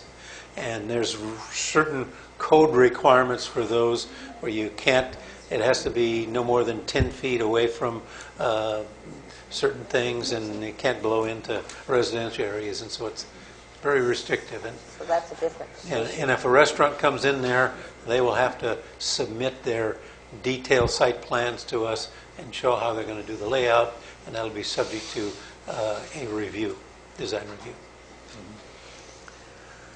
12, the applicant installed a sanitary sewer lateral on the 2-story mixed building, and that sewer lateral came past the brewery building, and when we finish doing the grading of the parking lot, they'll trench across and extend it and encap it for the 2-story building in the back. The first phase of it is done, and we got a stake in the ground there where it's end. 13, the applicant will install a minimum 6-inch diameter water line along Pierce Lane and into the parking lot, together with a fire hydrant, commercial grade fire hydrant, that'll be inside the parking lot. So, and that line will also serve as the fire sprinkler lines for both buildings, the brewery building as well as the 2-story building. And all of the buildings, the brewery building has a sprinkler system already piped into it, but it hasn't been connected until that line has been put in. The applicant, 14, will install a fire sprinkler system in the brewery building together with the standpipes, and that basically has been done. It hasn't been connected with the PIVs and the backflow check devices. So it's, I would say it's 80%, 85% complete. 15, the applicant installed sprinkler system stub outs in the wall valves on the 2-story building of the commercial buildings. And again, we will have the stub out there, but nothing will be done until the 2-story is framed and wired and the exteriors before it can be put in. So that's one of the last phases according to the 2-story structure. The 16, the applicant installed sidewalks and patio areas and handicap ramps for pedestrian circulation access to all areas of the project. So I think the original architecture and the revised site plan has handicap ramps behind the J&J Burgers, in front of the 2-story buildings, and behind the brewery building, as well as at the Alameda side of the building. The applicant submitted landscaping and plan and installed plants, trees, and shrubberies in accordance with the plan. And again, as your direction there, 17 and 18 will be brought back to you for approval. And that is 18 is the applicant installed irrigation and landscaping and sprinkler systems. 19, the applicant installed on-site exterior lighting conforming to the city dark sky. And they have to submit a lighting plan. I'll bring that to you to show you how that's on-site lighting in the parking lot, as well as exterior lighting on the 2-story building and the brewery building. The applicant, 20, will submit a mitigation plan to control air pollution during construction. And they have submitted that to us, where when they start doing the grading, they'll have a water truck and they'll have a fire hydrant with a fire hose keeping the dust down. I need to look at that closer. It's pretty dusty out there. Yeah, they haven't been keeping the water truck there, but they will when they start doing the grading. That'll be there. The applicant shall clean and sweep the city streets from soil and debris deposited during the construction, and they've advised that. And so really when they do the final grading is this where it's really going to be into effect. 22, the applicant shall restrict the construction hours 7 in the morning till 6 at night, Monday through Friday, 9 to 6 at Sunday, no working on Sundays. Okay. 22, the applicant shall equip all equipment with mufflers along the construction hours to reduce noise. They've been pretty good about that. You know. The applicant will have 24. The applicant shall have a contractor instruct all employees on the procedure reporting discovered human remains and bones and artifacts. And everybody that has been there, the foreman there goes over it. Even the new people that were putting in the fire sprinklers, he sat with them and he says, hey, if you're going to be doing any trenching, you have to be cognizant of that. And that goes back to 25. The note was placed on the plans that all construction documents, notifications, stop work order, if any prehistoric stuff was discovered, all work is stopped until we consult a designated archaeological specialist. You know, and if you want me to go through each one of them. 26, the applicant shall obtain the services of a geotechnical engineer for compaction tests. Again, we've done that. We've done it for the brewery building, and we'll bring them back on when they get into the 2-story, as well as the compaction in the parking lot. And it's Grice Engineering out of Salinas. The 27, the applicant shall have all structures designed to meet the lateral, seismic, and wind regulations in the California Building Code seismic.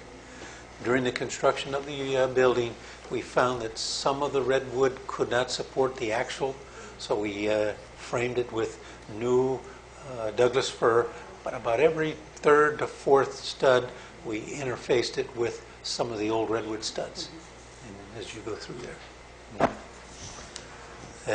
The applicant shall have all new reconstructed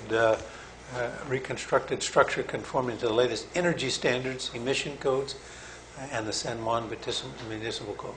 You know, and that's where that siding became there, where it wasn't adhering, you know, and there was gaps in there, and we had to have a tight fit. That's why we elected to go to the new siding. I think it's very similar to what we did on Margot's. Remember where we had to get the new sit to it? It was butted very closely. The applicant shall submit a hazardous waste management abatement plan, and when we removed the brewery building, we had to submit that plan so that, and we've saved and salvaged, and we had to report anything that we were throwing away. And there's still some debris there. They'll be moving in a large loader in and getting rid of some of the debris there. And then he's going to relocate all of the wood to a new location so that he can start to do the grading for the parking lot. The applicant shall submit a lot line adjustment to the city and obtain the approval before receiving a building permit, and that's been complied with. They've submitted the lot line adjustment and performed the necessary easements, and so that number 30 has been completed. The applicant shall install a Knox box on the doors. That's the Knox box is where the fire department can have the keys to get in there if there's an internal fire. That's the last thing that'll be put on when we do the trim. And the applicant shall install directional signs on the 31 parking space parking lot. And again, we've delineated some signs that when you come in up Pierce Lane, you come in up Franklin Lane, where it'll direct the parking stalls to be utilized. 33, the applicant shall install underground electrical, telephone, cable, communications, and all new reconstruction structure to the site. Gas service will be provided in all structures. Normal utilities. 34, the applicant will enter into a road maintenance agreement for all property owners utilizing Pierce Lane. We submitted that to both owners, agreed to it, signed it, and that will be recorded with all the other documents for maintenance agreement, because there is another maintenance agreement for that we're going to come here is, and that's 35. The applicant shall enter into a maintenance agreement with the city to maintain the landscaping and parking facilities. And so that agreement there will be recorded. So you can assure that that parking lot will be maintained down the line when we're gone and somebody else is going to be reviewing it. The applicant submit a solid waste diversion plan for all demolition with permit pursuant to the San Juan Municipal Code 541-150, and we've done that. We submitted that, and most of the stuff has been removed with the exception of the material that we're going to try to incorporate back into the structure. 38, the applicant shall pay the service connection fees and building permits, impact fees, and plan checking fees of all new buildings. We've issued the building permit for the brewery, and we've issued the encroachment permit. We issued the permit for the encroachment permit for the underground line. We have not issued the building permit for the two-story building, the demolition permit for the second little residential house, or we haven't issued the building permit for the site grading and property line, and those are to be submitted as separate permits. And each one will require a plan checking and a building permit requirement.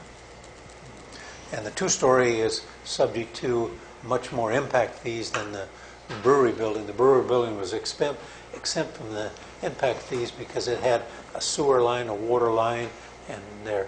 But the new building will be subject to a water connection, sewer connection, traffic impact fees, and all of the impact fees that the city has approved. Park, storm drain. Even though there was a building there. No, the two-story building. I know, but it's replacing a cottage. Oh, the cottage. He'll get credit for the square footage on the cottage, yeah. We give them credit for that. Okay. Yeah. The 39, the applicant will paint the exterior of the building, and approved by you, and we took care of that, and we're moving towards that. We're going to do some work on that, and then you'll go back and take a look at it. 40, the applicant will provide a photographic documentation of the existing brewery building and provide a copy to the Carl Lux Library and Museum. And you can see not only Matt and I have been taking pictures all along the construction phase of it, And 41 is the last one, is that the applicant will provide a digital or written documentation of oral interviews with the previous occupants, if available, at the Carl Lux Library and Museum.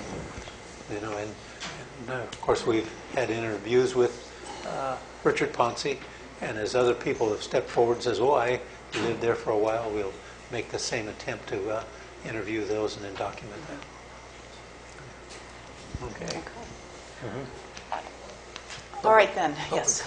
We're going to open to the public for comments on the conditions of approval. Do we have speaker cards? Carl Long. Thank you, members of the Planning Commission. That was quite a list. I did write a letter, and I think that's one of the reasons that perhaps this is on the agenda. I'm here to address the historic aspects of the building, not all of the engineering requirements that you just went through.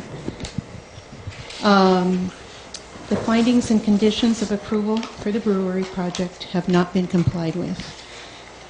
And I'm here to talk specifically about the siding and the roofing. You reviewed and approved the plans that were presented to you, and representations were made in those plans, and they have not been complied with. The Planning Commission's finding number 7 says that the project is unique and special to the character of the early history of San Juan Bautista and the rehabilitation of the brewery building by demolishing, reconstructing, relocating, and rehabilitating with, and this is the emphasis, salvaged, reused, and alternate materials of the same type. This has not been done. Then in the staff report, it goes on to, or previously it says, the proposed development of the brewery is a unique and significant step in the preservation of our historic district. Because of its location, it's a gateway to our historic downtown and an important part of our early culture, character, and history. Preserving and rehabbing the structure is the primary objective and the standard to which we strive for. That has not been done. The siding was supposed to be salvaged and put back on. This was not done. And, you know, there's been a lot of justification for why it hasn't been done. Others in the community who care about historic preservation have managed to do so. As a matter of fact, you even heard Mr. West up here earlier say that it could be done. You can compare this composite, probably hardy board, with the original dark, old-growth redwood, which is no longer milled today. We need to keep examples of old building materials and styles for future reference. This gives you the authentic historic experience. I'm sorry, I'm really upset about the way this has been going, so you'll have to bear with me. The plans that were presented to you and approved also called for a historically accurate cedar shingle roof. This roof is huge. You see it from everywhere, and it's got on that composite material. It was presented to you through the plans, and I was here when the architect told you it was going to have cedar shingles. This was done before with the clock shop. We went through this before, and cedar shingles were put on. They're visible from the right-of-way, which under the Secretary of Interior standards is really all that's important, is what you see from the outside, from the right-of-way. Cedar shingles are treated with a retardant, which is put in under very high pressure, and they're certified as a Class B roofing. I don't know what's required in the city. If they require Class A, which I don't think they do, you can get a Class A assembly by putting in the appropriate underlayment. It was mentioned by our city manager that insurance companies frown on wood shingles. Well, excuse me, but I own one building that just had a brand new wood shake roof put on it, and I was able to get insurance. The Crane House right next door here has beautiful wood shingles, appropriate to a historic structure. Why wasn't that condition complied with? You approved it under through the plans that you approved. Okay. The California Environmental Quality Act protects historic buildings. I can't believe that this building is not listed in our inventory as a historic building. But it was deemed a historic resource by a qualified architectural historian who prepared a detailed CEQA report for the city of San Juan Bautista. And they recommended and stated that it should not be demolished. I ran into Mr. Garavaglia, who is an architectural, he's a preservation architect, and he's done quite a bit of work here in our historic district. And he told me that he had been hired by the owner to take a look at the building.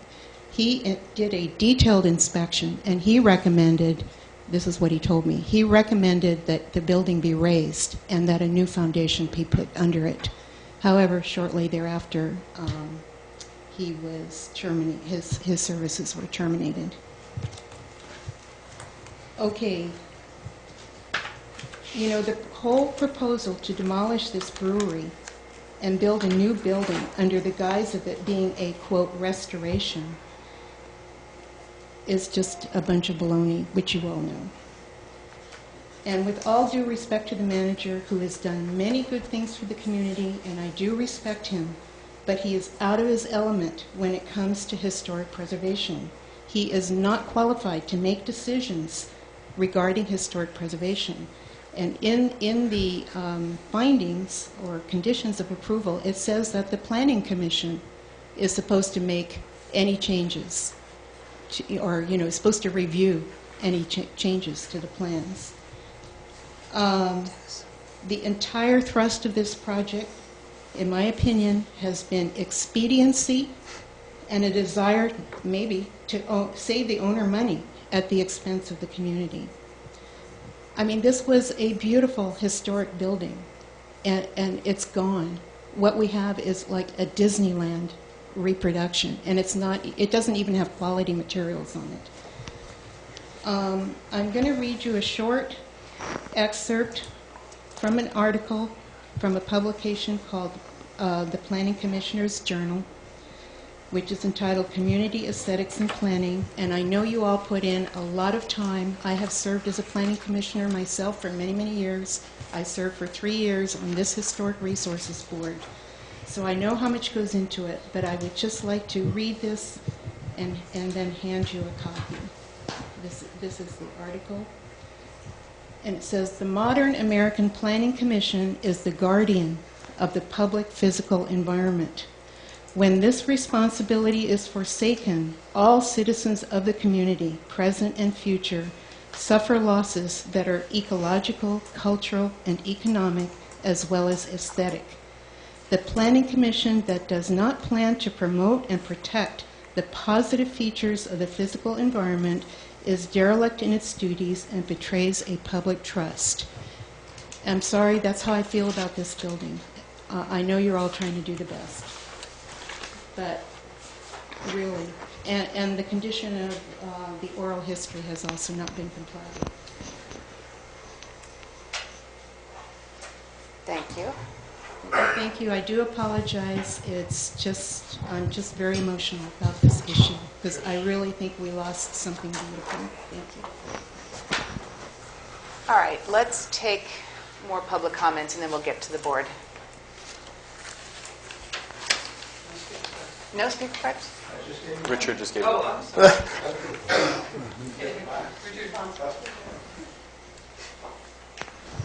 Richard Ponce, 93 4th Street, San Juan Bautista. I first have to say that I really respect Carol Monk.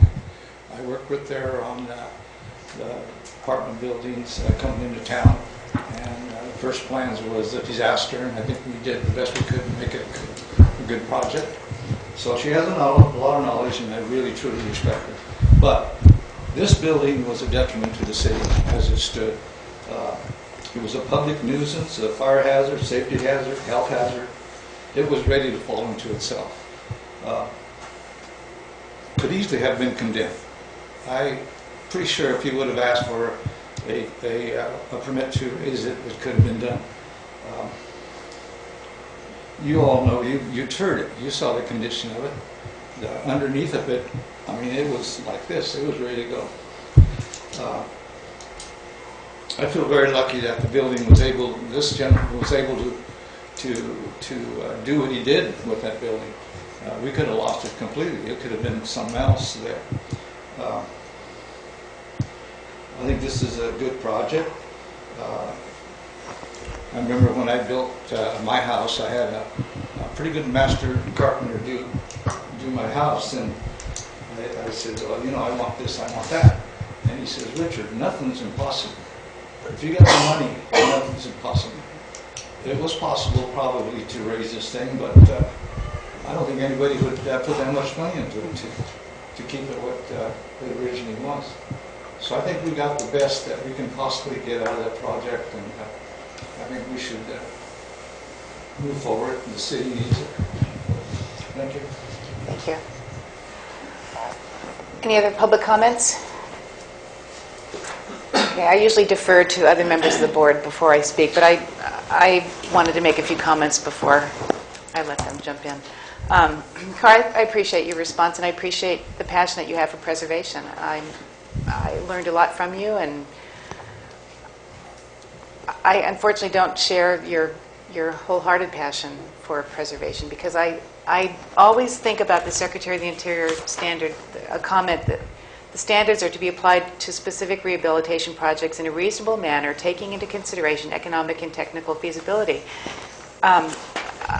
I think it's fantastic that you have restored not one but two old homes. It's wonderful. You're a terrific steward. But I don't feel like in this town we can expect property owners, I don't think we can demand it. The economy isn't such that we can do that. That's my personal opinion. My daughter lives in Bernal Heights in San Francisco, and somebody was on a blog writing about their house. It was built in, well, it doesn't matter when it was built, but apparently there is something called plank framing that really is not appropriate today. And many homes were built that way at that time because it was low cost, it was quick, communities were quick and or inexpensive housing was in demand. That's exactly what we had here. This was never a great building. It was not well made. It didn't stand the test of time. Finding 9 said, where the severity of deterioration requires repair, replacement of distinctive features, new material will match the old in composition, design, color, and texture when feasible. I think the goal was restoration. That was what the project started with. But as things unfolded, as they saw what the bones were like, it wasn't possible. They were able to salvage what they could and use it, and other things just weren't salvageable. And Mr. Garavaglia was here, and he did present to us in June of 2012. And he did say, he told us a lot of different methods, moving it, shoring it, but it would have been I think it would have been prohibitively expensive. So now I'll defer to my colleagues. I got a good, you're talking about that house there, but the state of California that makes all these rules took the old blacksmith shop down and completely put everything new into it, and they never saved one board off of it. Which I didn't understand. The blacksmith shop behind. Oh, the blacksmith shop. Behind the state park. On the park. They completely dismantled the building, threw all the boards away, and put every board on it brand new.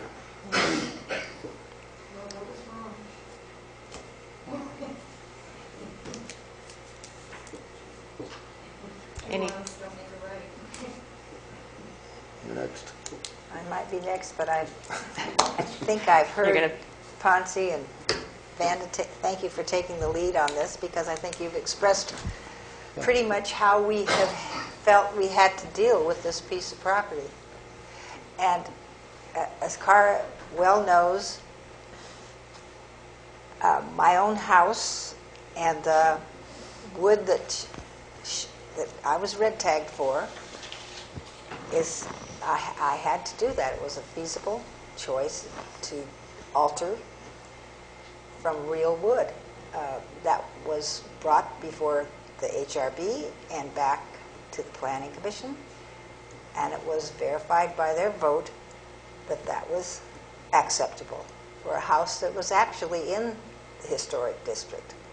So with that in mind, I think that we should continue to use materials that are appropriate to our age and time. The word feasible on page 4, finding number 9, I believe I was insistent on putting that word in, because I firmly believe that when something is not feasible, we should not force a property owner to do it. I don't know where that leaves all of us, because we do respect what you are doing and what you do. I just don't see how it can work here in San Juan, and especially in the situation at hand.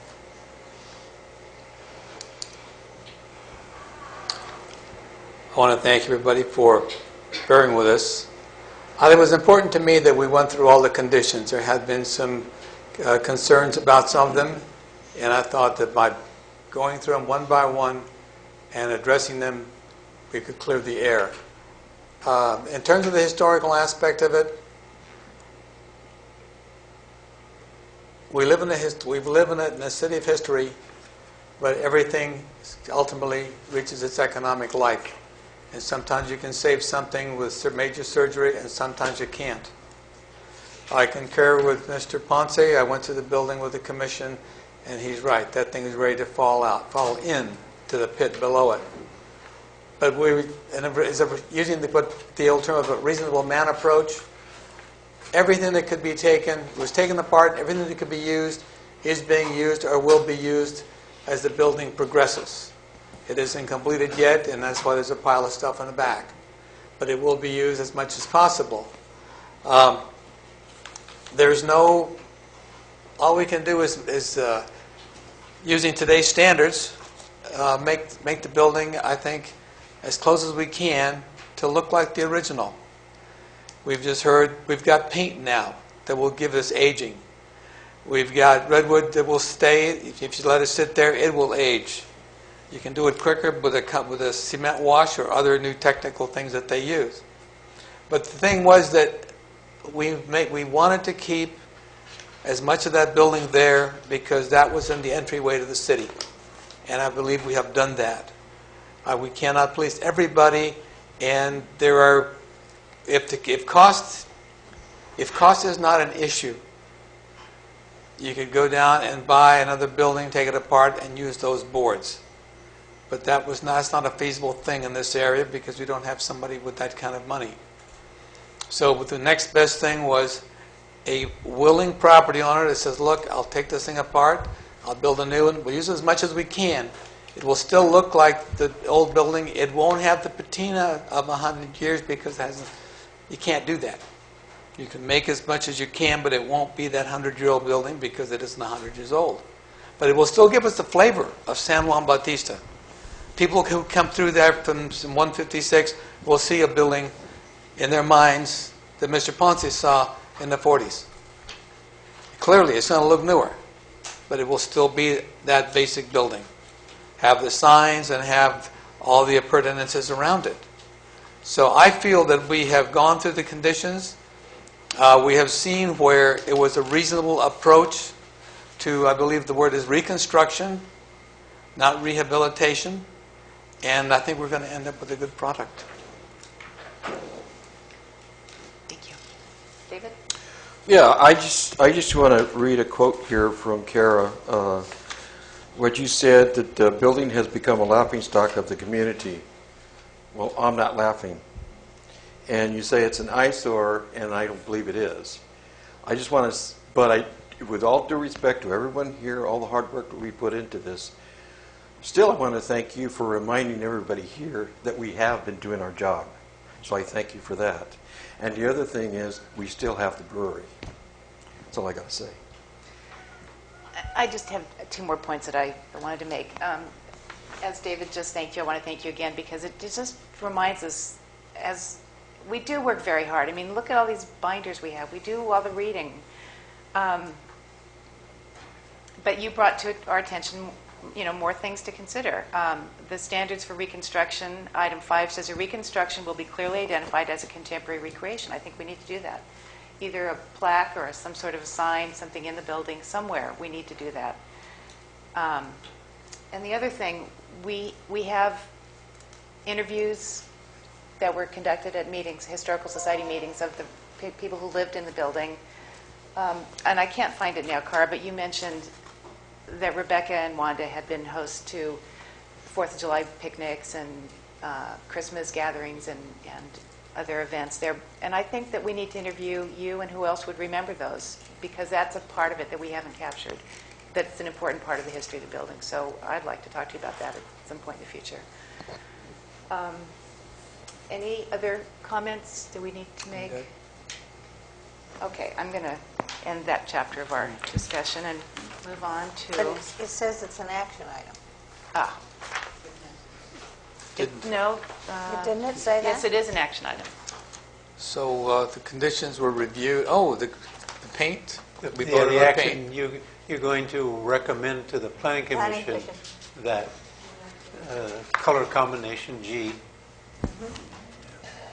And that upon review of the conditions, do we have...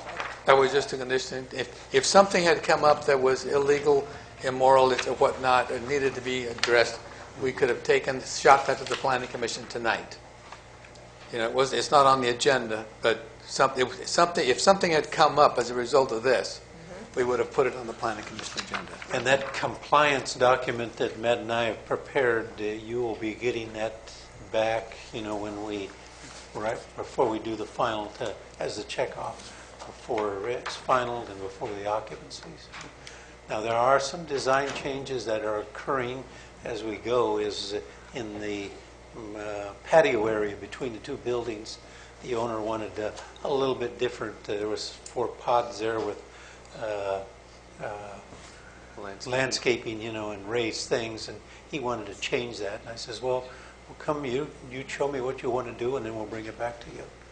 And then there was some changes on the foundation vents that we have to get airflow underneath, and so we had to put vents on the front and back underneath the deck as well as the back, and so we had to adjust the grades on the parking lot and slope it around. So these are variations and things that we do to make it work, to meet the code requirements, but yet we don't want it to alter the overall look of the. But with regard to the patio area, we'll be coming back with just like with the landscaping and stuff, we'll be coming back with a design to show you how he wanted to change it. Okay, thank you. But it's still going to meet your overall intent of what you wanted. You wanted a plaza in there with pavers and stuff like that, so it serves not only the J&J Burgers as well as the brewery building. Madam Chair, I don't feel comfortable leaving this as an action item without some remarks or a motion to notify the Planning Commission that we have reviewed the conditions, found none Could be amiss. that need attention. It And was however here. you need to say, I think And we're you satisfied can that lead our the- direction. Mr. Franco probably can lead our But direction. no, but this review was done by the HRB, Uh-huh. and it ended right there. There was nothing to send out. We solved it already. All right. So we need a motion that says that in the minutes somehow or other, don't we? Would you like to make that motion? I don't know exactly how to word it. Well, just Because I think we're all feeling very much from the heart on this issue, and I would like it to be finalized in a action item that appears in the Okay, I in move that the record, that the record reflect that the HRB did in fact review all the conditions of approval of the use permit for the brewery building, and none were found to be out of sync, for lack of a better word. So I think the word you should use is none was found to be substantially out of compliance. Oh, none were found, none were found to be substantially out of compliance. I second the motion. All in favor? Aye. Aye. Oh, Do we have consensus? Do Well, we she have? needs to call. Okay. So none were found to be Out of. substantially out of compliance. None were found to be substantially out of compliance. That's my best guess. satisfactory in compliance. And I think as we keep going, we'll be able to do this. But each time we do it, there'll be less conditions to look over because as we go, he'll just keep checking off what's been complied with. So do we have a first and a second? Is that- Yes. Yes. Who's second? You You moved. were the first, she was the second. Oh, You're I first. moved in Commissioner, Board Member Gularte was the second. You're the second. Yes. Board Aye. Member Guevara? Aye. Board Member Gularte? Aye. Board Member Garrett? Aye. Board Member Banderas? Aye. Board Member Franco? Aye. All members of the board being present, the motion as stated by the maker passes unanimously. Thank you. Okay, the next item is a discussion item of our certified local government status. We are a certified local government. When the historic San Juan Bautista Plan was approved in 2002, one of the recommendations was that the city become a certified local government, and it did so in April of 2005. Some of the benefits of that are credibility. We're consistent with federal and state standards. Technical assistance, we get help from the State Office of Historic Preservation, streamlining of process, funding. So in 2005, another recommendation from the historic plan was that we do an inventory of all of our historic buildings. We did that in 2005. We had done it in 1981. So it's something that has to be done periodically. And as a member of the CLG, we were able to apply for a grant, and the grant helped us to do that inventory. So that was a big benefit. However, in the last few years, we have not updated our membership. We haven't updated our application. It's kind of a lengthy process. I didn't realize how involved it is to do the paperwork. But that's where we are. We need to decide if we're going to go forward or if we're not going to go forward. And I just want to review what it means to be a CLG, or some of the requirements. And we do this because we are a historic town. We believe in our preservation. We believe in the history of our buildings, although some would argue that. One of the requirements is that local governments must adopt local historic preservation ordinances with provisions to enforce the designation and protection of historic and archaeological resources. The commission shall include a minimum membership of 5 individuals, with all members having demonstrated interest, competence, or knowledge in historic preservation.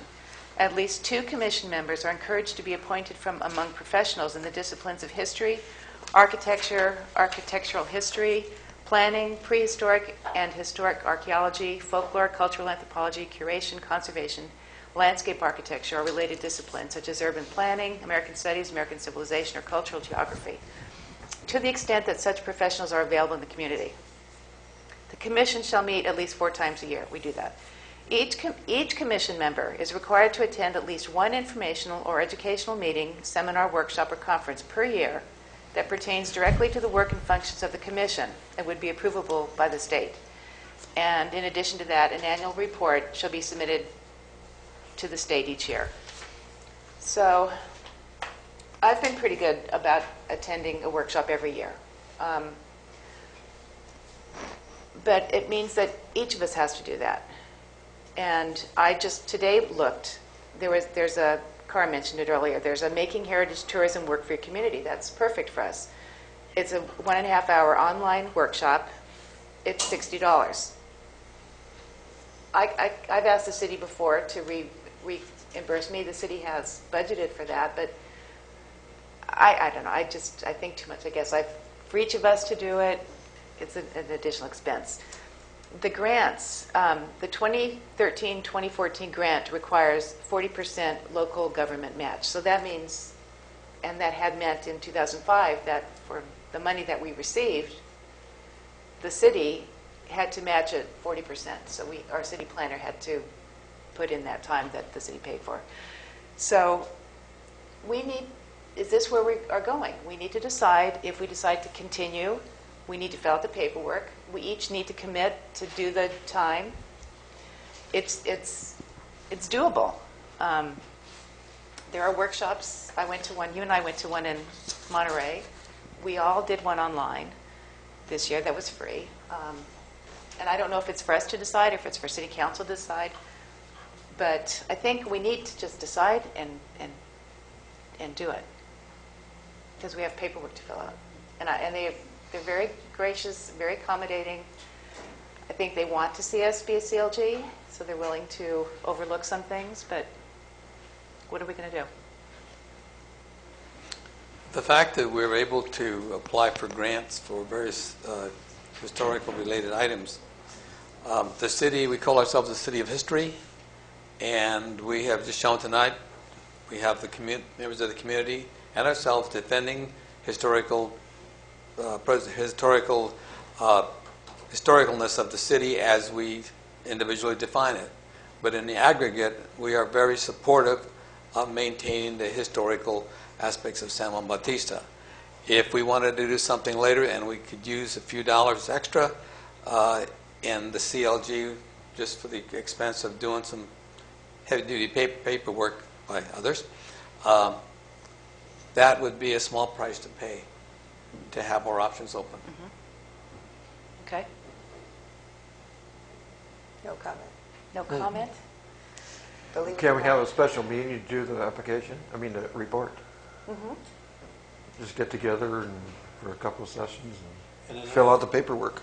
And then I would suggest that if some of you get together with Matt, and if you feel that some workshops or seminars or reimbursements, you got to let us know so we can accommodate that in the budget, and then you can say, hey, I want to go to this seminar, and you know what's coming up and everything.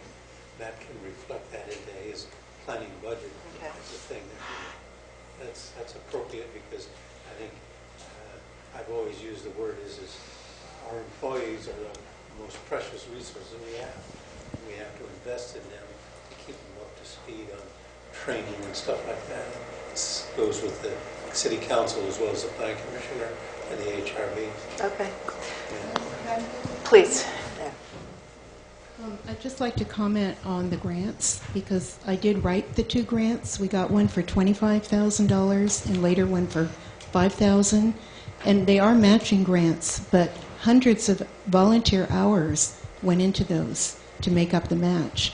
There was some staff planning time, involved, but it was pretty minor compared to all of the because each of the buildings in the historic district was researched. And I think what she's saying is it doesn't have to be a dollar match, it could be in-kind service. In-kind, correct. No, it was both. Right. Both, yeah. And as I mentioned with the conversation I had with the new president, they might be willing to do something here in-house. All of you could come, and you would make your 1 year, training commitment. Thank you. Okay, thank you. Well, thanks for bringing that up. Okay, then we will get together. I'll look at the calendar. And I think it's important just to maintain the CLG status. Good. Well, I'm glad we have consensus. We have a decision. Now, we have 2 reports to do? No. Well, I don't know that we have to go back. But Good question. Yeah, because there's 2011-12 and 2012-13. Right. And now we're going to go 2013-14. So, yeah, we need to know whether we need to do 1 or 2, Yeah. or just the current one. Yeah, those needed to be done before continuing. I So I guess looked that on the makes it probably- website a couple of days this week, and one day I was able to find where we are and what we've completed, what we haven't completed. And then I went to look for it today and I couldn't find it, so I'll look again. But in other meetings, people in the community have said that we are not eligible. At this time, we may not be considered. We're, I don't so know. we're not current. I did preliminary research and corresponded with Ms. Lucinda. Woodward, and basically that was what I was kind of, from my research, was showing that we needed to complete both of those reports that we basically missed out on to keep our status current. And so what it was indicated to me was that those need to be addressed to keep that current status, and then moving forward you have to stay up to date. Okay. In a special meeting, which Dave suggests would be like our sign committee meetings, meet in the morning, sit down, get the work done, and the public is invited, a regular meeting, and maybe we can assign tasks in the future rather than just putting it all on the planner. Yeah, and believe me, it would have been done already if it was a couple hours task, but it would have taken a significant amount of time to go through both of these. And so that was kind of the reason why it got brought up before, and I think thank you for bringing it back up, to our attention, because I think, there's opportunities there, but I think for us to invest in it, the time, the effort from all the board members, I think the city has to be prepared to say, okay, hey, we're going to go for grant monies, because if we can barely find the time to report, how are we going to find the time to get those grant funding opportunities? And just as was mentioned, the grant writing does work in itself. Yeah, and the grant writing takes quite a bit of effort in itself. So I think that needs to be taken into consideration. Okay. It seems as if we ought to explain that our planner was working on other grants that we have never had experience before Never had the from at opportunity. the city level, not related to being a certified local government, but that they came both at the same time to be completed, and so he had to focus on what we really need in the city was improvements around the town. Those priorities. Okay, so This I'll is email you Curtis. with a date, probably Okay. Thursday, because that's the day that we had been meeting, a Thursday morning. If that suits City Hall. Is that, when does the committee meet? Do they still meet here? They're not meeting here anymore, I don't think. Okay, okay, so we'll aim for a Thursday at 9. I'll just make a date and put out, okay. Good. Then, future agenda items. I have none at this time. I'm sure there'll be things to come up. I'm good. Okay, comments? I just have one. On May 17th, there'll be a Heritage Rose Tour and Propagation Workshop at the cemetery here. We have quite a few heritage roses, some of them very old, dating back to Civil War times. So the curator of the San Jose Heritage Rose Garden is going to come down, give us a tour, and then we're going to have a propagation workshop. So we'll meet at the cemetery at 12 at the bottom, and then do a tour, and then we'll go back to the Morentis house on Franklin to do a propagation workshop. So I hope people will come. And do you have any comments, city manager, city planner? No. Okay. I then do. You do? Yeah, I just felt it was interesting tonight, kind of having the Washington project kind of come up in front of us, and then also to go over the brewery project as well. I think that's kind of the task that we're dealt with, is having that design, and our wants versus the feasibility for those private investors to make the two meet. And I think, like kind of Mr. Ponce had alluded to, if you don't make those two mesh, then you can basically have no project. And so, just future considerations for the Washington project, basically if it's not feasible, we're going to be left with an empty lot. It will get cleared, obviously, because it's a hazard as it stands, or as it sits. But basically, we could be left with nothing. So finding that balance, I think, is really important. That's what we're tasked with. So keep up the good work, and thank you. Yeah. Well, we didn't just say no. And I think that's why I said there is a compromise where you, instead of 12 units, go with 2 bigger commercial units down below, and cut it back to 8 maybe, or 7 above, and balance it. So, it's just not one or the other. Good. That's what I think is... Little work, compromise. Yeah.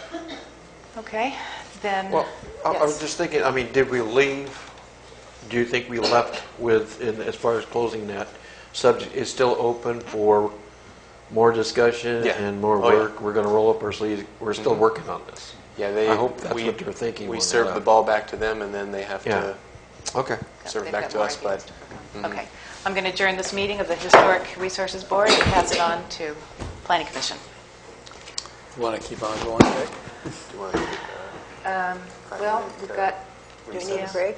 I think we lost our D'Ambrosio. You want to take a 5-minute recess, or you're right on? Let's take a little break. Okay. Break. We'll take a 5-minute break.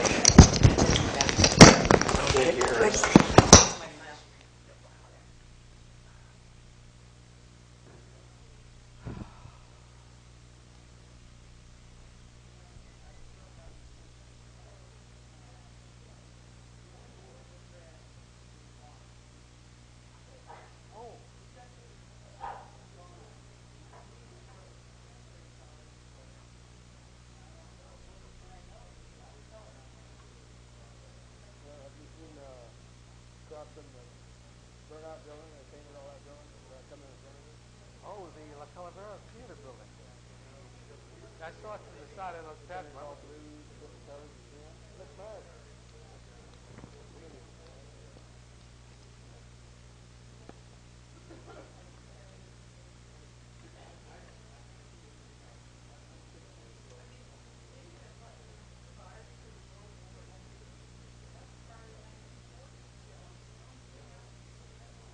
Battleship Gray.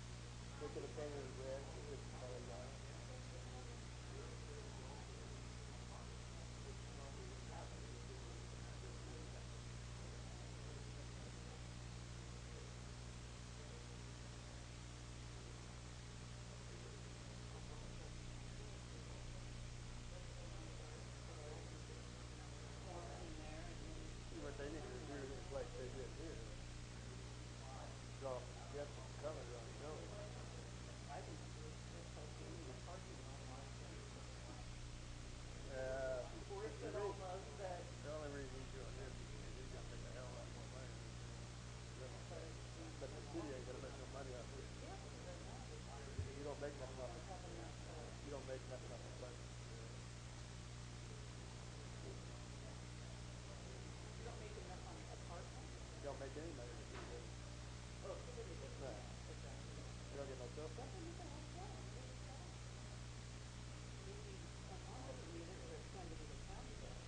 But he was talking about parking in Morgan Hill. They don't have, he doesn't realize that Morgan Hill, there was a 101 highway that went through there. That's why they got all the parking in Morgan Hill. And Morgan Hill's nice one. But they got the difference because you see the 101, so they can put parking.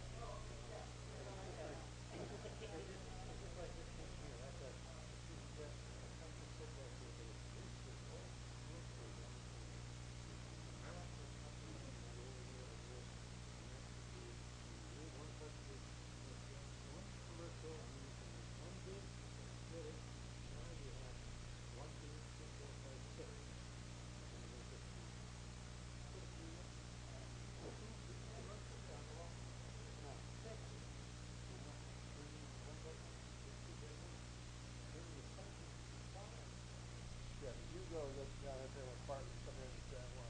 You know there's 2 or 3 family businesses. I mean, there's so many cars down there, it's ridiculous. Well, you voters,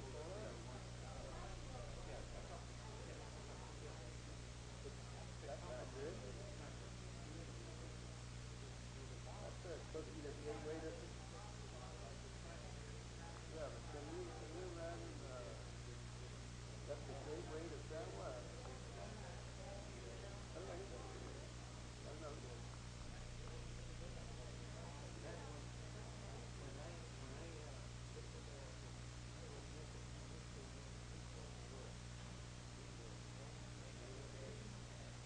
Well, let's do it this way. Put the, yeah, but put the commercial over here and put the parking down here.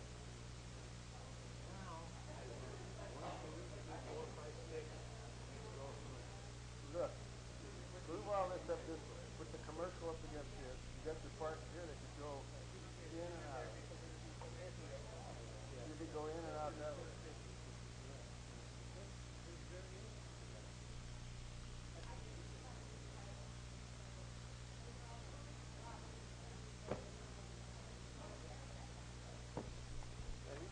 This guy's got more commercial property in San Jose than he has in the world. He does. He all got that there.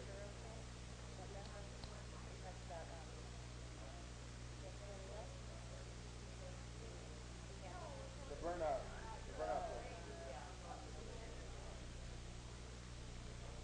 I don't think they need it.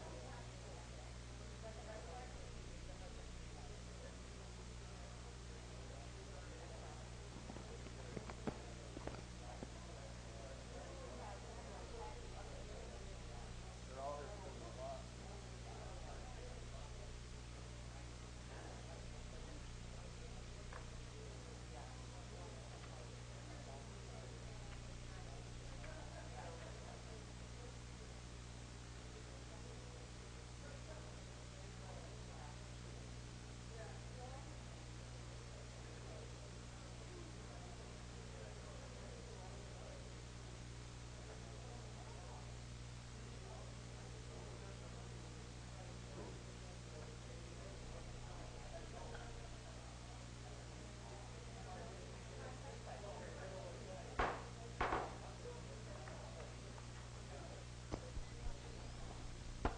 Call your attention back to our meeting.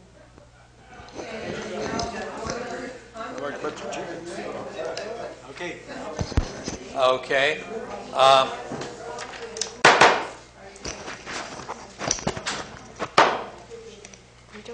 Okay.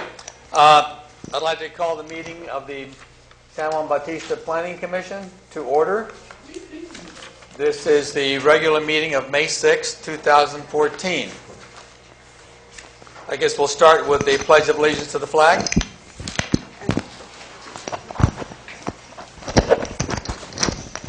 Pledge allegiance to the flag of the United States of America and to the republic for which it stands, one nation, under God, indivisible, with liberty and justice for all.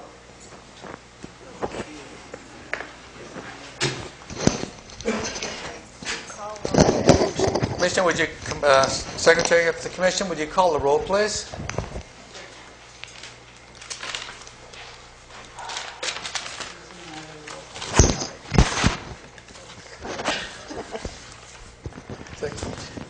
Commissioner Garrett. Here. Commissioner Gallardo. Here. Here. Commissioner Franco. Here. Commissioner Here. Here. Commissioner Medeiros. Here. Thank you. All present. Thank you. We have a quorum. We can keep going here. At this time, public comments. Anyone who would like to speak on an item that is not on the Planning Commission agenda, now would be the time. If your comment has anything to do with an item on the agenda, please hold your comments until that item comes up, and that way it'll be an integral part of the complete record. Do we have any speaker slips? No, not for. Okay. There being no public comments, we'll go to informal project reviews. I see none listed. As you recall, informal project review is when a potential developer will bring a project up that he or she would like to put in the city. At this point, he or she would get the full-fledged of comments from the commissioners, which would give direction as to maybe I shouldn't do this, or maybe if I did this or followed with that, my project will go through. We want projects, but there's no point in putting in a project that you can see does not have the favor of the commission based on things that are in the general plan and other city policies. So there being none of those, we'll wait until there is. The consent agenda has the approval of the affidavit of posting, approve the affidavit of posting of the public hearing, approve the minutes for March 4th, 2014 regular meeting. Are there any comments on any of these? We can pull it. Otherwise, I invite a motion to approve the consent agenda. I'll make a motion that we approve all three at once. Is there a second? Second. Favor? Aye. Opposed? Unanimous. You want to vote on that? Maybe I should have waited until you... Okay. I'm not used to this yet. I know. Commissioner Guevara. Here. Aye. Commissioner Gallardo. Aye. Commissioner Garrett. Aye. Commissioner Medeiros. Aye. Commissioner Franco. Aye. All members of the commission being present, the motion as stated by the maker passes unanimously. Thank you. Okay, we have some action items. The first one is a public hearing for which we just approved the notice, affidavit of notice of posting. Public hearing is Ken Ottoboni, minor subdivision proposed at 37 Monterey Street. Staff, what do we have here? Yes, Mr. Chairman, members of the Commission, Mr. Kenneth Ottoboni purchased the lot at 37 Monterey Street. It's a zoned R2 and consisting of about 9,116 square feet. It has an old masonry building with some wood garages and outcropping. We did an inspection of the thing, and it is fairly deteriorated and in bad shape for structural repairs. He approached the city as to the aspect of building some apartments because it's zoned R2, and the alternate was to approach the city to split it into two smaller lots that would create single-family residential structures so that it could be built as individual ownerships. He's elected to submit the application to two smaller lots that would conform to, that would meet a smaller residential type lot that's consistent with the surrounding area. And we examined the areas all around the thing, and they consisted of smaller lots varying from 4,000 all the way up to about 6,100 square feet. And so we had him submit the application.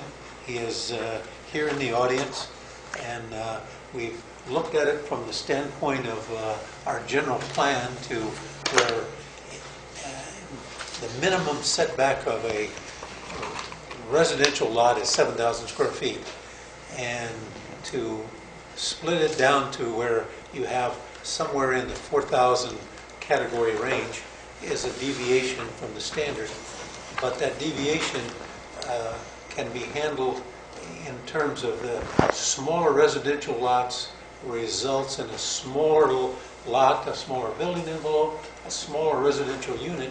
It can really conform to more of an affordable unit just based on the square footage. So it kind of indirectly gives us the avenue of more affordable housing, yet individual ownership where it's maintained. Again, that's a determination that the Planning Commission has to make. There is another provision that he has because it's an R2 lot, and an R2 allows a PD, a PUD, where he could put a PUD and put 2 units on it.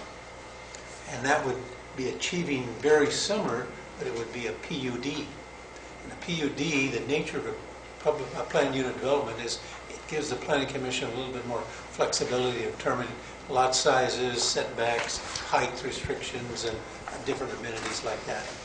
We've felt that maybe the minor subdivision was a better way to go than the PUD. It would give 2 smaller lots, individual ownerships. It would meet the side yard, rear setbacks of 15, side yards of 5 each, and then the front yard of 20. There. I've kind of sketched out a little plan here that can show you the type of lot that could be incorporated on there. And because one of the lots will have on the one side here, one of the lots has a 16-foot easement, and that easement there is for the utilities that services the back piece, and that's going to cut down the building envelope. So this lot, making the 20-foot setback, 15 and 5, has a smaller building envelope than parcel 1. Parcel 1, as we laid out tentatively, you can get about a 1,584 square foot house with a 400 square foot 2-car garage. Parcel 2 would result in about a 1,200 square foot house with a single-car garage, and that would be complied with the smaller building envelope. Because these are smaller square foot in size, obviously the construction is going to be less. Then when it does come up for marketability and sale, the new owners could experience a lower cost rather than spending $400,000 to $600,000 for a single-family house. Again, I've prepared the findings to support what the applicant has done and the conditions of approval, 11. So I'll turn it back to the commission, and the applicant is in the audience. If I can add something, the schematics that Roger's put together that he's passed around, that footprint, floor plan identifies both single family and 1-story. So it just goes to show, the size unit you can get from single story in height, yeah. Mm-hmm. Not 2-story. Okay.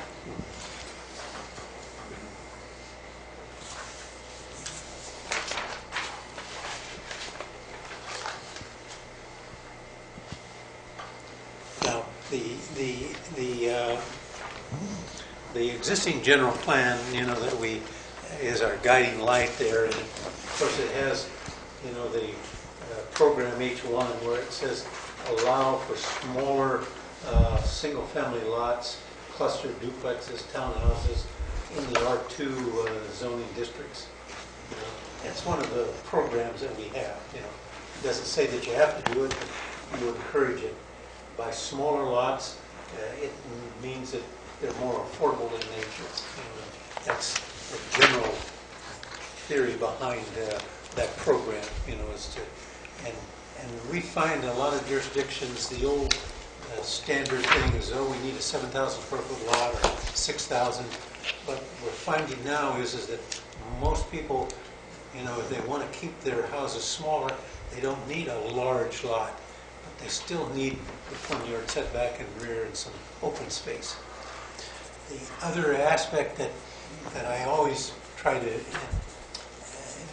emphasize is that the Community Housing Development Administration in Sacramento has been pushing us for higher density. And they says, you got to have higher densities of 20 units per acre. But higher densities can be achieved by smaller lots and getting more units in that same area. Yeah. And just to follow up too, the general plan update that we're going through as well, there's similar programs that are in there. One of them being develop vacant housing lots and redevelop housing in poor condition to accommodate higher densities. And so this kind of is right in line with that. And you know, where you have a underdeveloped lot where we can take that one unit that is dilapidated, take it down, and then refill it or infill it with 2 units that are going to be in that affordable range as Roger's identified. And it kind of fits in with the 2 homes that are side by side, because they're small units too. Small units. And they're Fits in barely with 7,000 square It fits feet. in with the surrounding area of all R1, you know. But again, it's a judgment call, and the basic zoning is R2, and right now he could take the house down and then build a duplex, 2-story, in the area. I got a question. You said the easement is 15? Well, how big is the easement? That's a 16-foot 16. wide easement that goes on there, yeah. Now, does this serve both of those lots back there? We don't know. It was designed for utilities that went back to serve the parcel that fronts on Church Street. Oh, the other side. I think it does. Yeah. Now, at that time when it was done, Church Street didn't have any sewer or water, and since then, Church Street has a sewer and water line in it. Yeah, my concern is, well, 2 things. I support everything that came up in the findings for the why we want to do this. The housing element, there's a whole bunch of reasons there, the general plan. But I have a problem with the zoning.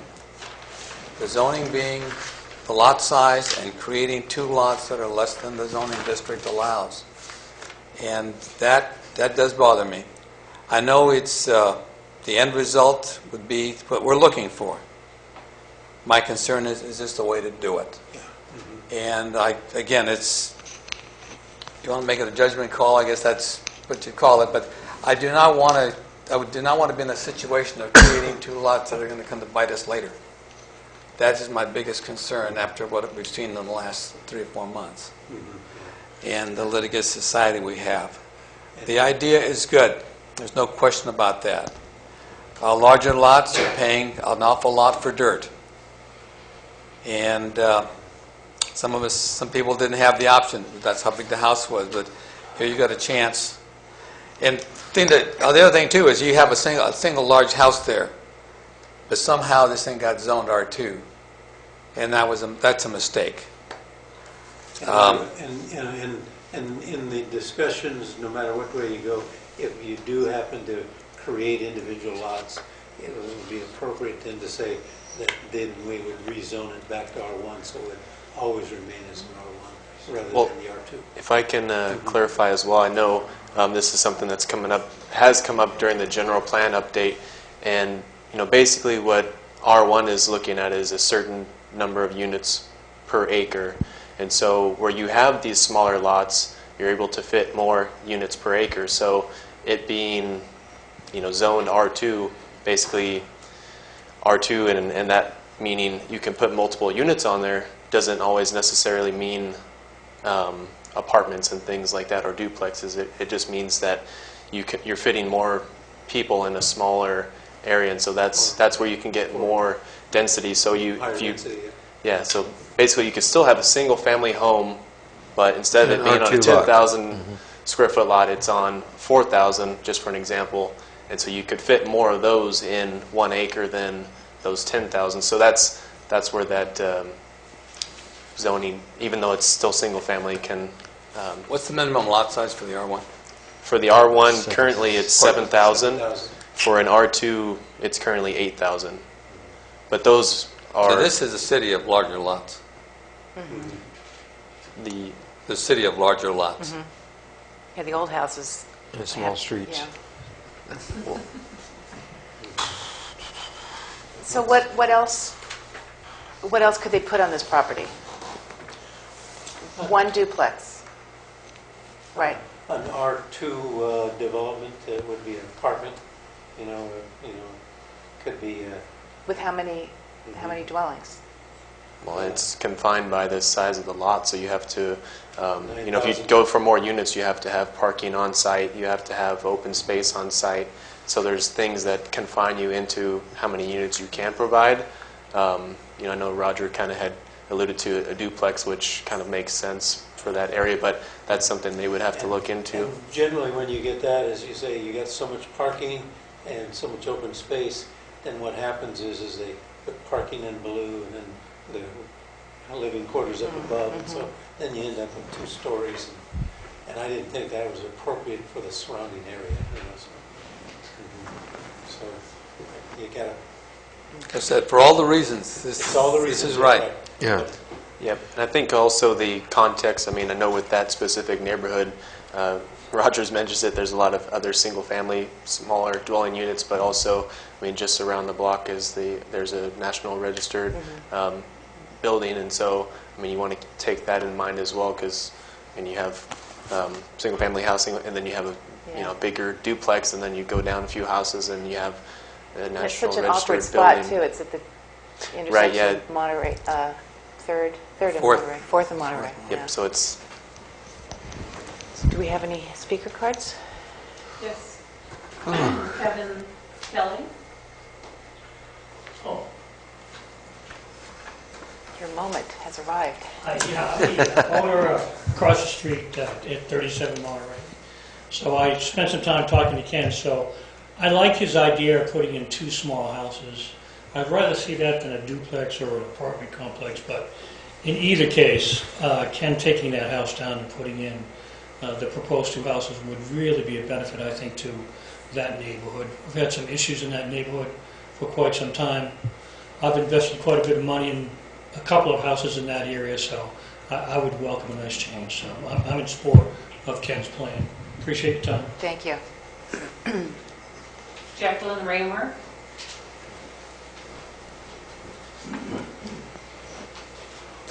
We own a house on Monterey Street, and it would be agreeable to us to have 2 smaller houses rather than a duplex. My interest is that, will there be a change in the zoning to R1? The lot would be changed, the zoning would be changed from an R2, wouldn't it? If the 2 smaller lots, we would say that they should revert back to an R1, so that, because if that underlying zoning of that smaller lot was R2, then somebody could say, hey, I'm going to put a 2-story apartment above the single family. So it would create a problem. It's better just to have it as just an R1 for it to be a single family lot. Well, I would ask that the zoning be changed to an R1 at approval or before approval. Also, there should be provision for 2 vehicles on each lot. I can see by the one picture you have there, you have a 2-car garage door. The other one, is a 1-car garage? Yeah, the smaller one with the 16-foot there is a single-car garage, but then you continue the 16-foot driveway, and then you have a parking space there, but it would be uncovered. So there would be 2 parking spaces in the back. Street But parking. one would be covered, one would be uncovered. Yes, that street is narrow and it's very busy. Yes. And I'd like to not see a lot of cars there, and probably the single family would be better than having duplexes there. Thank you. Thank you. No other speaker cards? Okay. No other.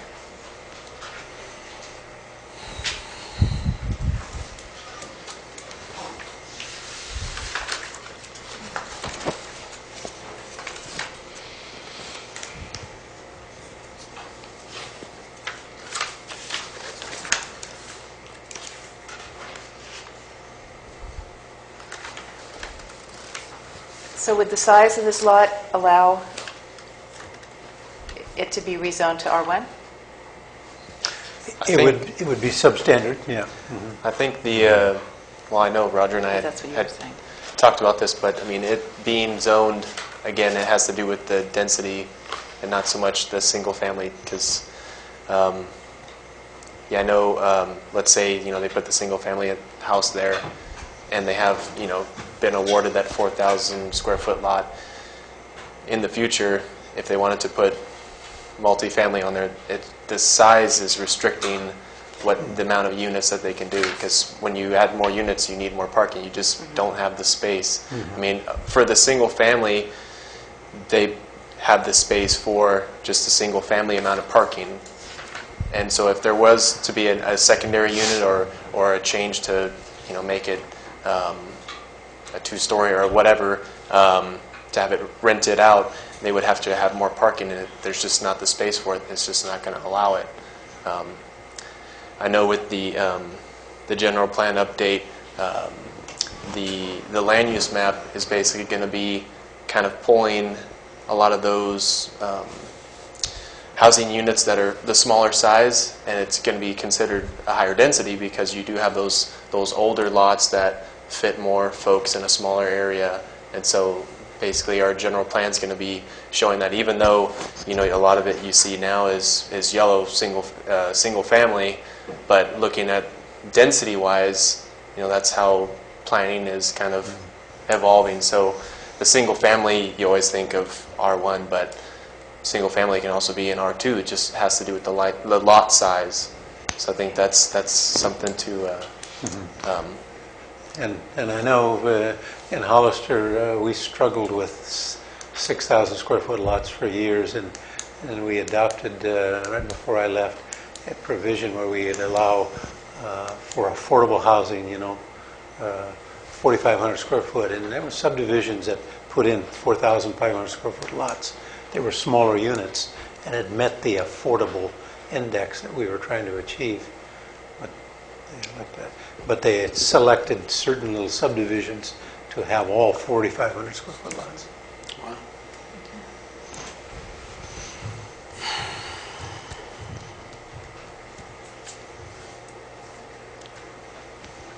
Have we solved the problem of the R1 and the R2 so that have we? Roger, if we change this back over to R1, then that lot size has to go back to 7,000 square feet, right? Then we have to redivide and go back and cut it down more, right? Yeah. If you leave it as R2, if they really want to, they could build apartments in there. We don't want that. So how do we solve that dilemma? Well, you have to make a decision to justify that smaller R1 lot, less than 7,000 square feet, 4,500 and 4,600, is still... And R1's got a 20-foot setback in the back and 20-foot setback in the front, right? 5 foot on each side of the street. Yeah, and we designed it with a 20 in the front, 5 in the side yards, and 15 in the back. Now, an R2 only has a 10-foot setback in the back. See, so... Okay, now if you have an R2 zone, regardless of the lot size, is zoned R2, you can put a duplex by right. Regardless of the size? Each one. So that means that it has to be reverted. Well, I think... Because I could take, because at this point you get it, and you get your lot split. I've got an R2. I can put a duplex on it, jack it up, park underneath it. 2 of them. You could put 2 of them. You can get 2 of them on it. You can have 4.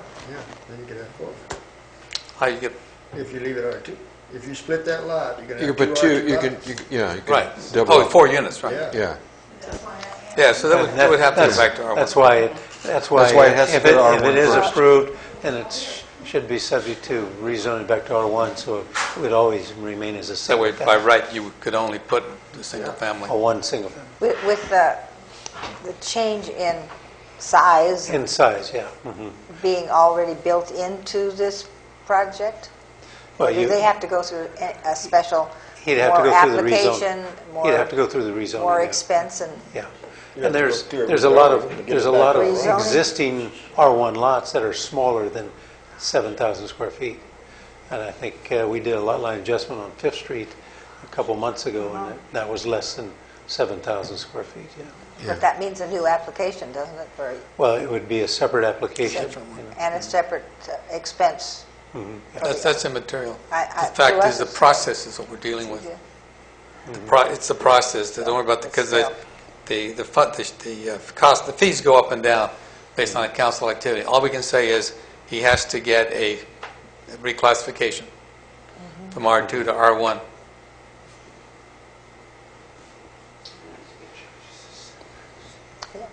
You have another speaker card. You got a speaker card? Oh, we'll take Yes, another speaker. that's here. Good evening. Thank you for hearing me. I wasn't sure if public hearing was closed or not. But We're pretty flexible here. My name is Ann Hall, and I'm with San Benito Engineering, and I am here with the property owner, Mr. Ottavani, but we prepared the map for him. And I just wanted to,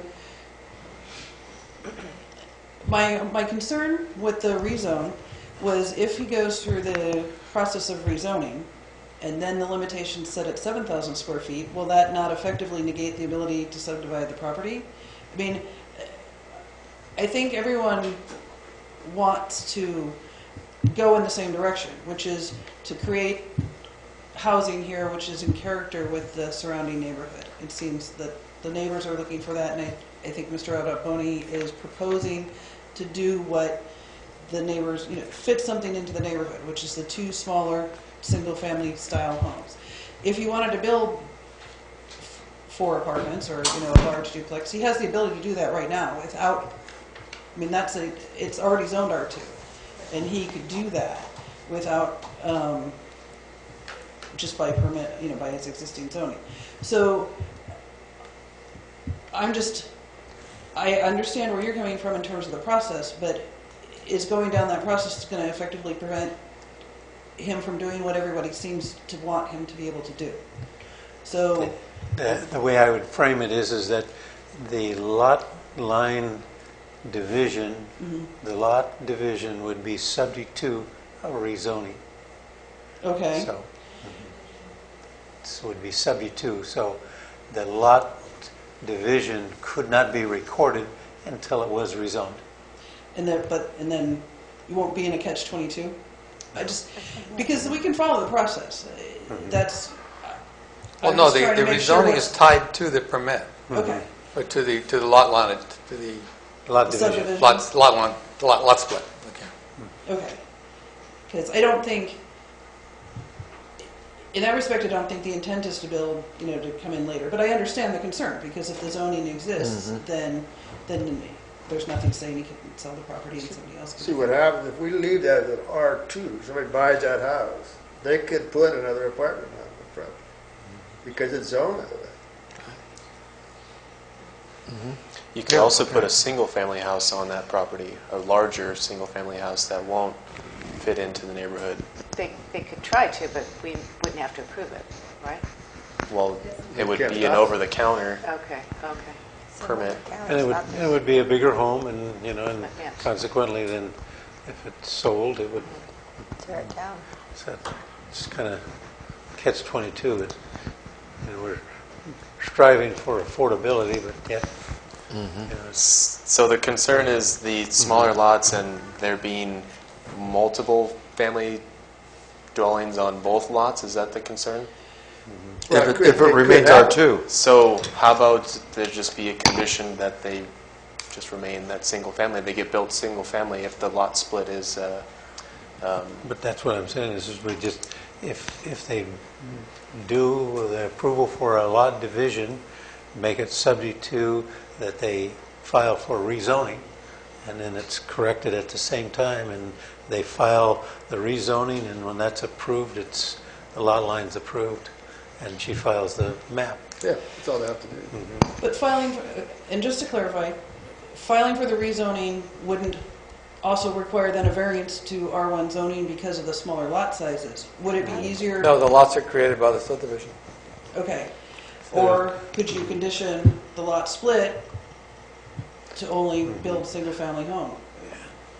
The lot division, if it's made, acknowledges that they are going to be less than the standard 7,000 square foot.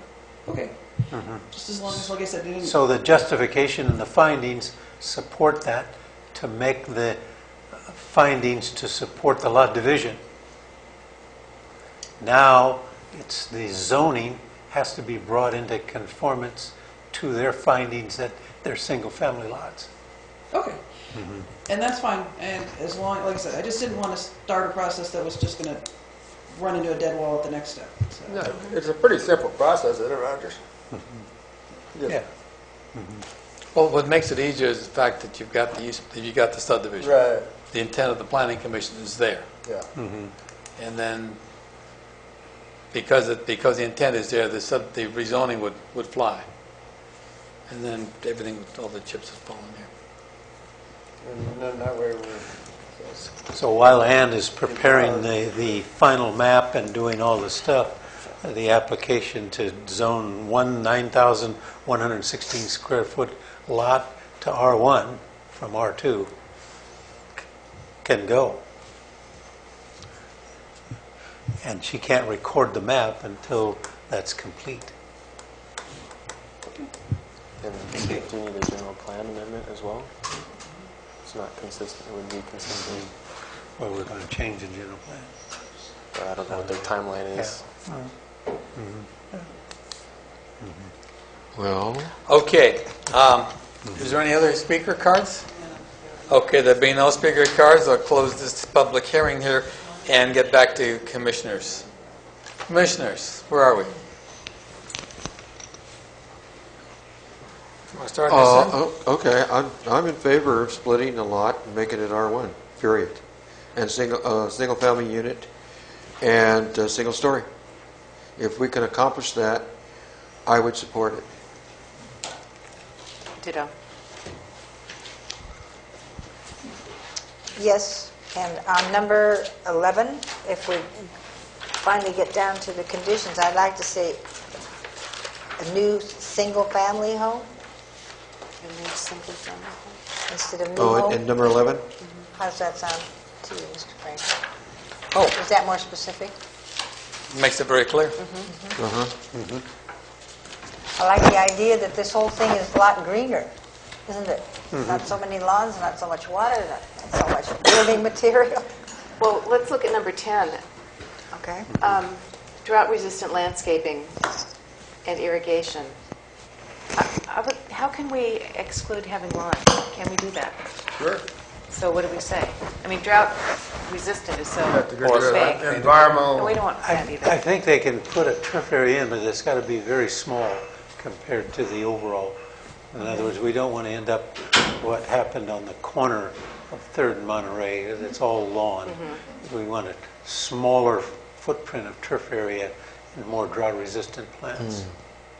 And if you want, you can put number 10 where it'd be come back to approval of the commission. Okay, submit a landscape plan.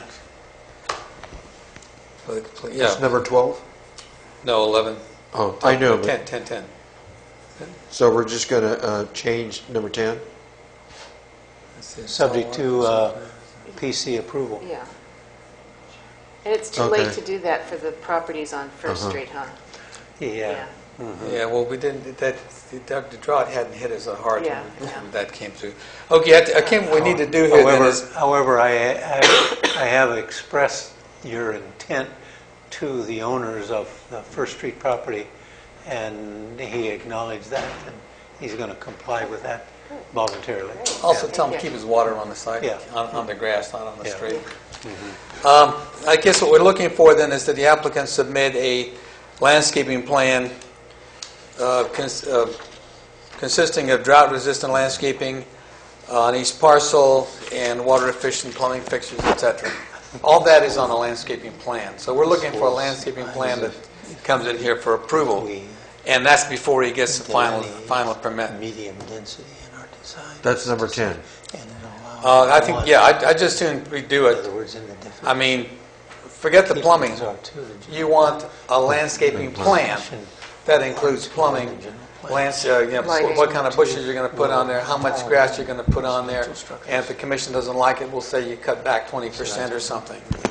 But yeah, it's all subject to a landscaping plan. I can put 2 units. And I think that's something we ought to do all the time now. Yeah.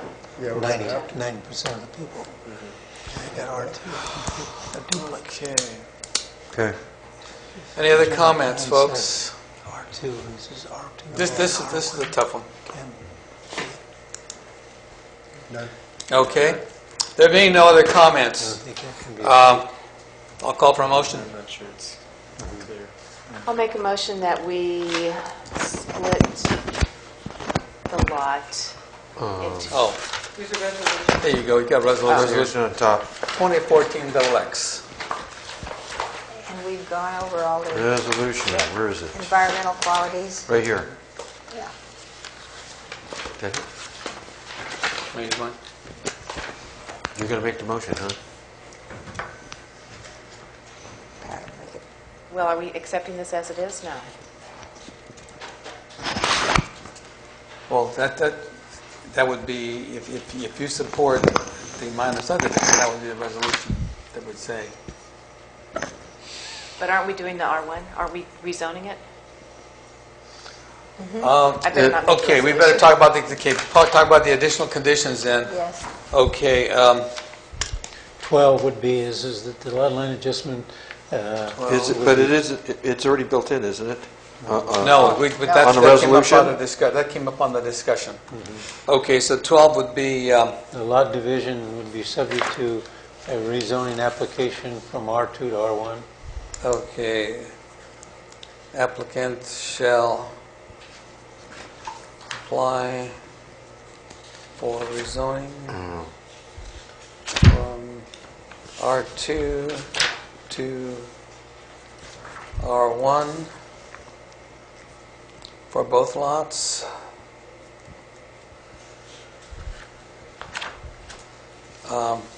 Prior to recordation of the parcel map. And that's number 12? Yeah, prior to recordation. Ms. Hall, is that the word you use, recordation? Yes. Recordation So that should not be the first item? of the, and that's a parcel map, or what do you call that map? Parcel map. Parcel map. The parcel map. Okay. So 12 would say the applicant shall apply for rezoning from R2 to R1 for both lots prior to recordation of the parcel map. Why don't we make that number 1? I think so. Yeah, you could Well- take number 1 and add that Yeah, to it. This yeah. is- Because number 1 is about recording the parcel map. Okay. Oh, okay. So then that number 12 that we discussed will now become number 1. Okay. Number 1 is number 2 now? Why don't we, can we... Or is No, that- number 1 is just expanded. It's just expanded, okay. We're consolidating 1 Okay. and 12, okay. And we're So- sure that 10 and 11 have been altered in the resolution. The way we said it. We're going to. Oh, okay, and then, At the same time. oh, we have that one on the other page. 2015.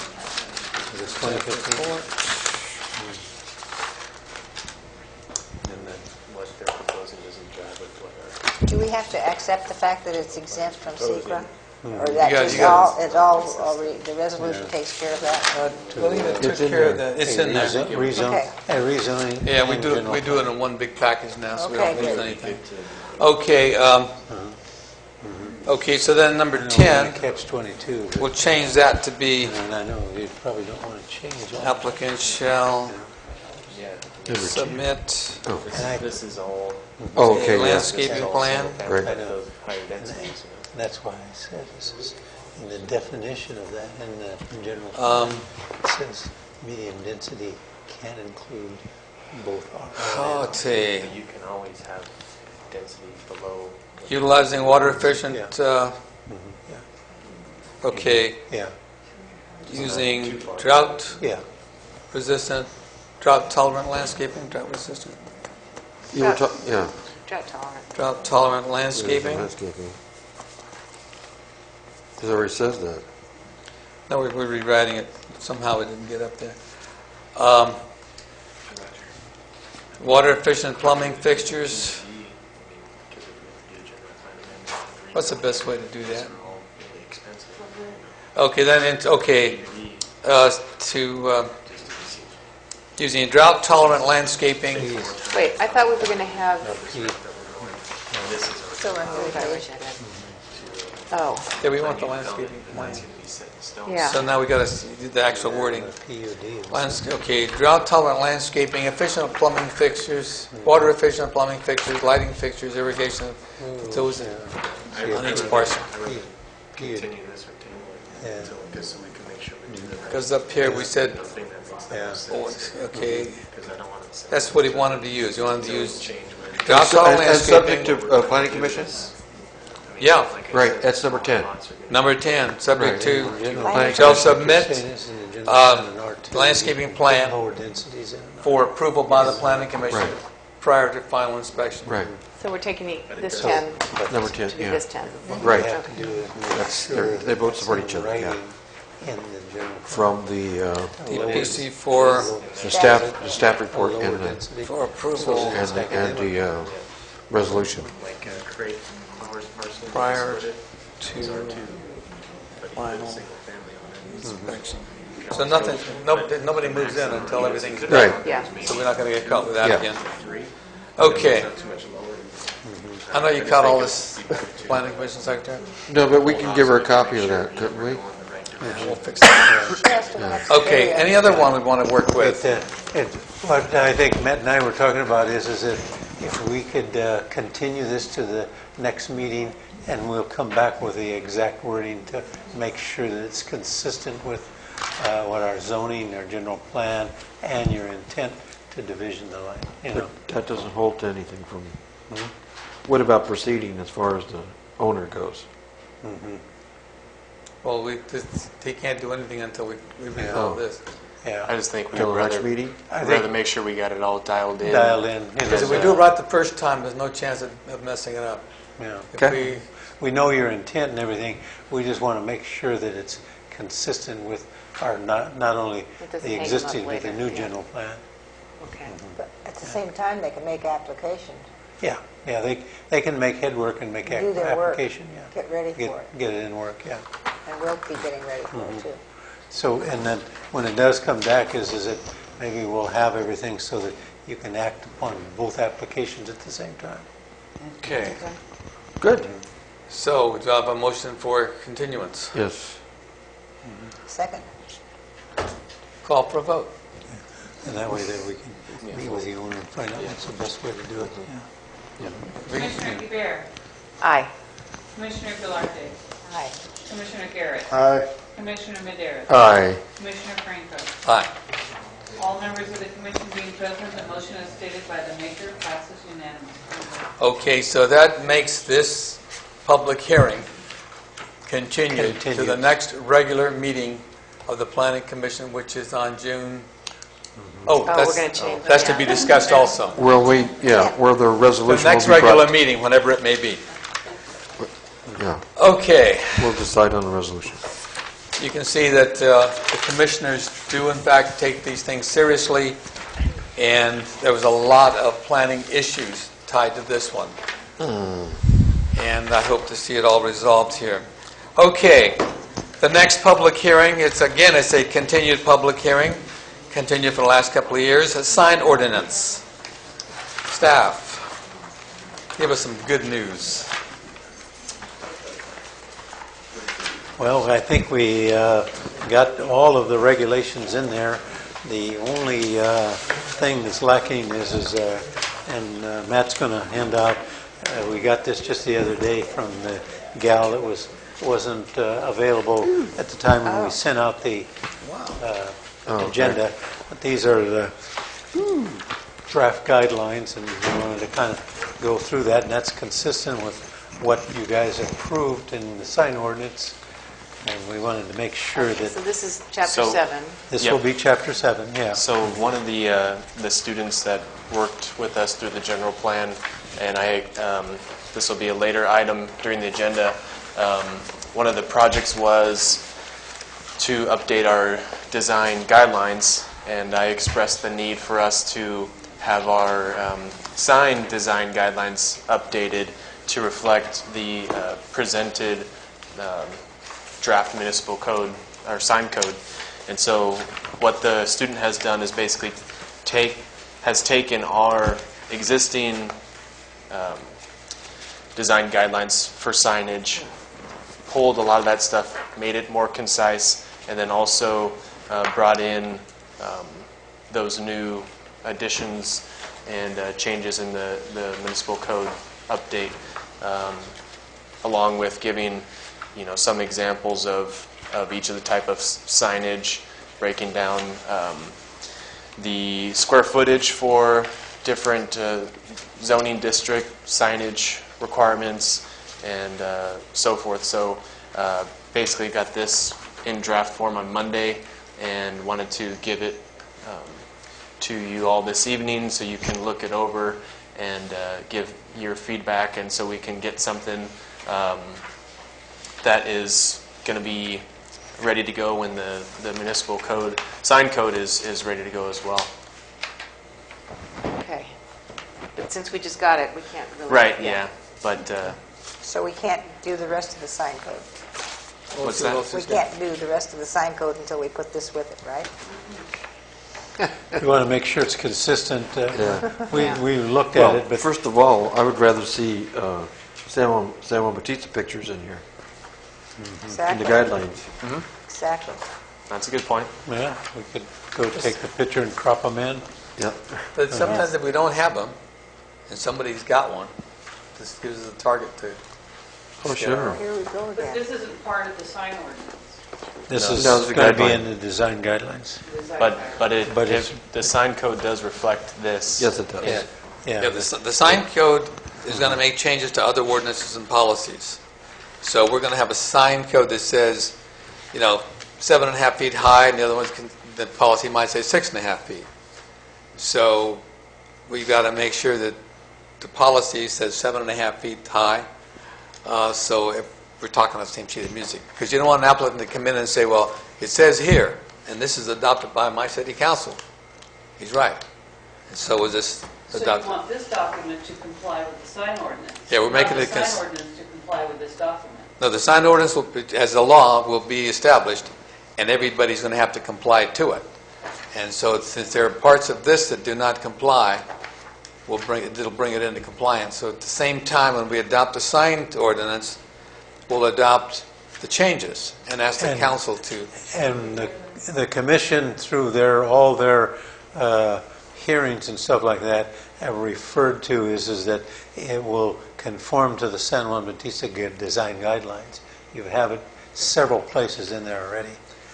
We just want to make sure that we have the several graphics places that are we inconsistent. refer to Chapter 7 of the design guidelines. So the sign ordinance in our packet is no different from what we saw last month. Yeah. Right. That's right. Uh-huh. And all through your thing, it's conforming Well, to the with all San the Diego. changes Yeah. Mhm. But by but the city attorney. Yeah. but it's the same date. It's the same date. Okay. But Same date as last. they've been added to the text. Yes. Now, how is what we are holding in our hand different from all the work we've done on design guidelines previously? This That's is it. updating to reflect the changes in the draft municipal code that were... So... And the person who did this was us. We did it. it was us, the writing. The code. But the pictures have Yeah. been changed from our local signs, So which we she was using from we had different... we had chosen some very good signs from our own town that made sense to all of us. So this We'll means just- go send this back and have them put our old pictures in. But you can also read the text, see Yes. like say, All right. with a new sign code, certain things there are inconsistent in the text. Yes, I understand. I understand all that. It's just that's- I object to using somebody else's This is the picture. corrected version. Yes, without the correct images. Right. Yeah. But that's what So- we're being told. We haven't reviewed it. Yeah, Yes. when you As review it presented. and everything, That's we'll right. come back and we'll take the pictures of everything that's in our town that's applicable to Yeah. it. Yep, But that's you're it. asking us to review the text. That's the feedback that In we're looking comparison, for. yeah. Yep, Okay. But exactly. we really need to get this because the city council is going out in November. Or, I mean, they're up for re-election. We need to get this done and approved. 3 And years we've been on this. 3 years. so, do we need a special meeting to review this, or do we go? I would say one thing, if we're getting so bad, because we're hitting so many new things, we're hitting staff with stuff that, it's hard to do. We could say, nothing on the next 2 agendas except sign code and that would stop everything in the city so we get the sign code done. That's not what you want to do. But if worst came to worst, to help staff, we say, okay, stop every project you got and just work the sign codes because the commission will do nothing but. If the person who had done this had put our pictures in here, we would be we can be assured that the wording and the pictures are what we have studied. I don't think so. You want to review the text? I think he's still asking us to review the text. This is just a really rough draft. I mean, I see. I mean, the person, I'm glad that she did what she did. I mean, it's nice that somebody's, bringing us We want you to go through it and mark it up, get it back to us.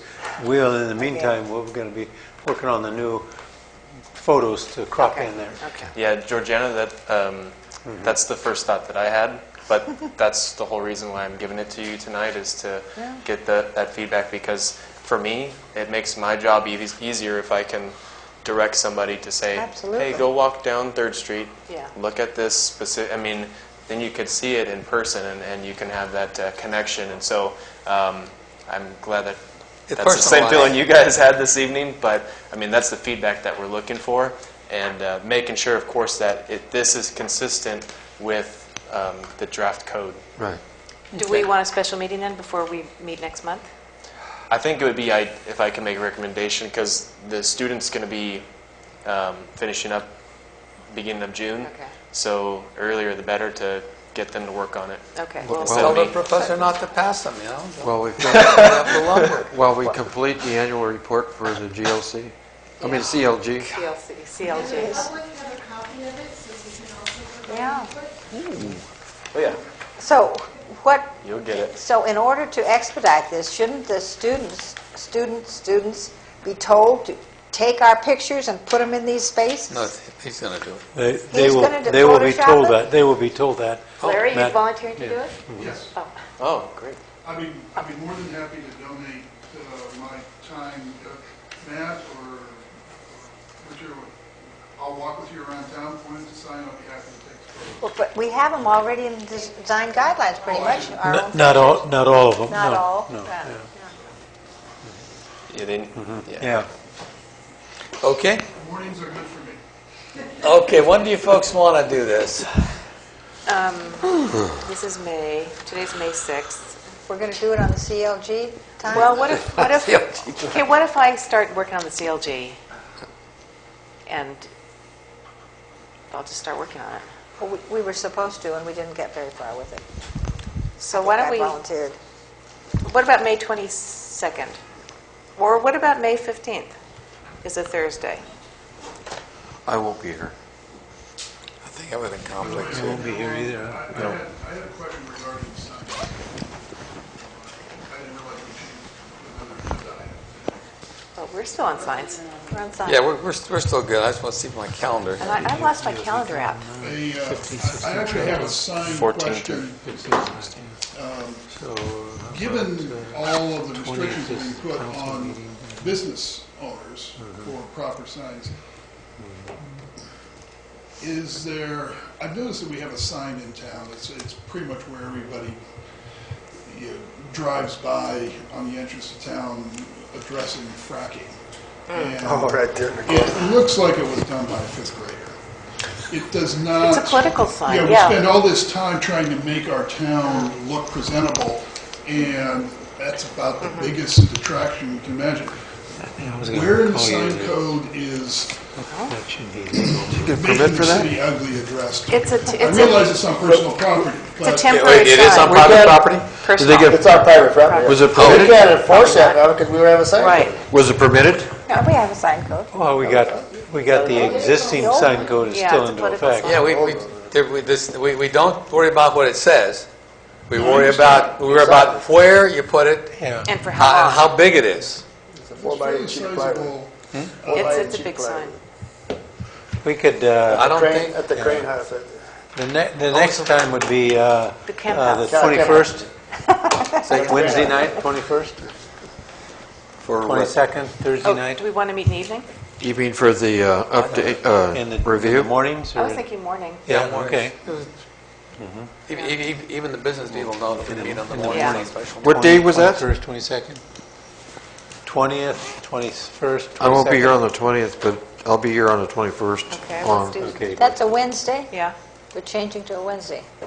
Wednesday morning, 20th, does that work for you? No, Getting my that's a calendar out Wednesday back. morning is the 21st. No, May. 20th is the city council meeting, so, In May. in May. So we're going to have it the 21st, Wednesday, But Not- morning, right? And not a Thursday. morning. Okay. 9:30? Sure. 9? Wednesday the 21st. Okay. And what's on the agenda? The sign guidelines. Sign guidelines. Where'd they go? Sign code again. This is the longest meeting we've ever had. Okay, put down sign code 5 years from and now, they're design different. guidelines, so if we want to talk Okay. about signs and related. So Trish, sign code and design guidelines. Did I give it away already? Okay, Moving right along. moving right along. Let's see if we can go faster on the next one. Why don't we do every other one then? You got to think outside the box here, you know? Okay. Is that good? Yeah. Okay. We'll go for the next item then. That one's closed. If I can make just one recommendation, You may. if you guys go through this between now and then, just maybe send me some feedback so I Okay. can bring Start the them, changes. you know, Okay. and then if I get the most updated version, I can Okay. email it out and give a hard copy to Pat. Put it online, that way the public, it's available to the public. Just Yeah, put and I'll- draft across the page there. And I'll email it out to the people that have identified list? that they're interested Yeah. to get their input too. Okay, that sounds good. Okay. Okay, let's move this thing on then. So we've done the public hearing, we've done the sign code public hearing. Approve the exterior color selection for the brewery building. At this meeting of the Historical Resources Board, they recommended a color palette for the brewery building. As I recall, it was G. panel G. 3 colors basically would be With the darkest color being the body. the darkest color being the body and the others to be spread out. Is there any comments on that from the public? Oh, and you're right. No, that's my understanding too. So then, okay, the aging. Okay, the color panel G, with the aging processes included. I'll call for a motion unless there's other comments from the public or comments from the commissioners. I think staff recommended that we meet after it's on the building to Was that check the it out. You recommended that we meet after they put some swatches up on the you real approve building? that color palette, we'll take that and then we'll, on the back side of the brewery, we'll do a color palette and paint it up. And then everybody will stop He'll do by the and take a palette look. with the colors that we approved tonight. On-site review. On-site review. Right, but he needs to know what colors to use. The HRB has recommended G with aging techniques. Is there a motion? Aging techniques? We don't want it to look shiny. Oh, you mean, okay. Yeah, I thought whatever. Not stressed, no stress, right? Aged but not stressed. Aged gracefully. You don't want. No, we can get some chains. You want a motion for what now? To approve the color, so that they can go through and do the display on the back. I'll make a motion. Is there a second? I'll second that. Okay, we have to call for Here we go again, Trish. Call for a vote. As part of the system, did you put a protest in about this? Yeah. Is this a state mandate or? I think so. You throw some dirt in the bucket and paint it. Aye. Commissioner Guerrero. Aye. Commissioner Galarte. Aye. Commissioner Garrett. Aye. Commissioner Medeiros. Aye. Commissioner Franco. Aye. Okay. All members of the commission being present, the motion as stated by the maker passes unanimously. Thank you. We have to stop Staff, that. you got your attending on that? Okay, consider rescheduling the June 3rd meeting. The conflict with Election Day. I don't want anybody coming here and say they didn't vote because they went to a planning commission meeting. To June 10th, the following Tuesday. Any comment from the public first? None. Commissioners, can you make it for the 10th?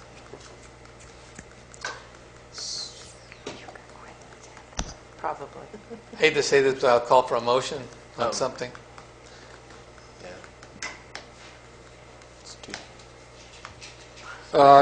Make motion that we meet on the 10th of June instead of the 3rd of June. Is there a second? Because of the election. If I can, I know the Strategic Planning Committee meeting takes place on the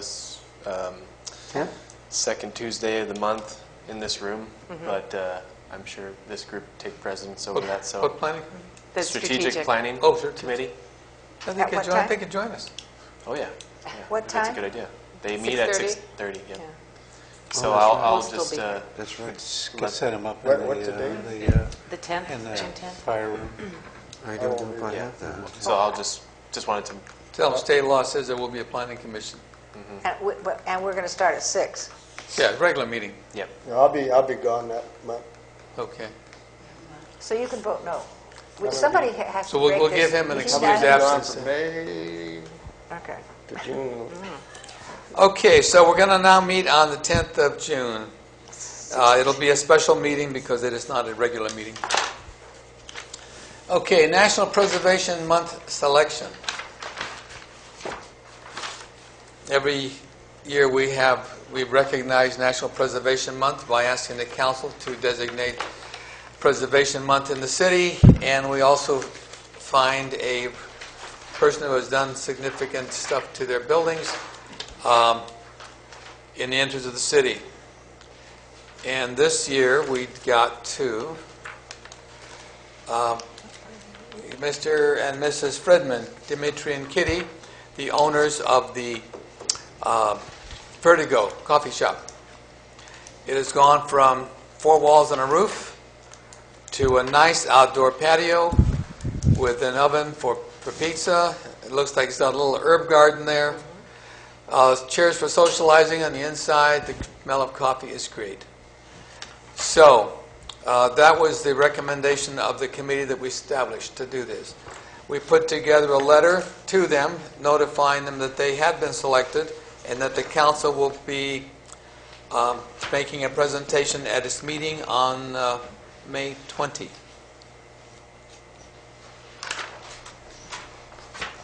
And you'd like to add comment on that?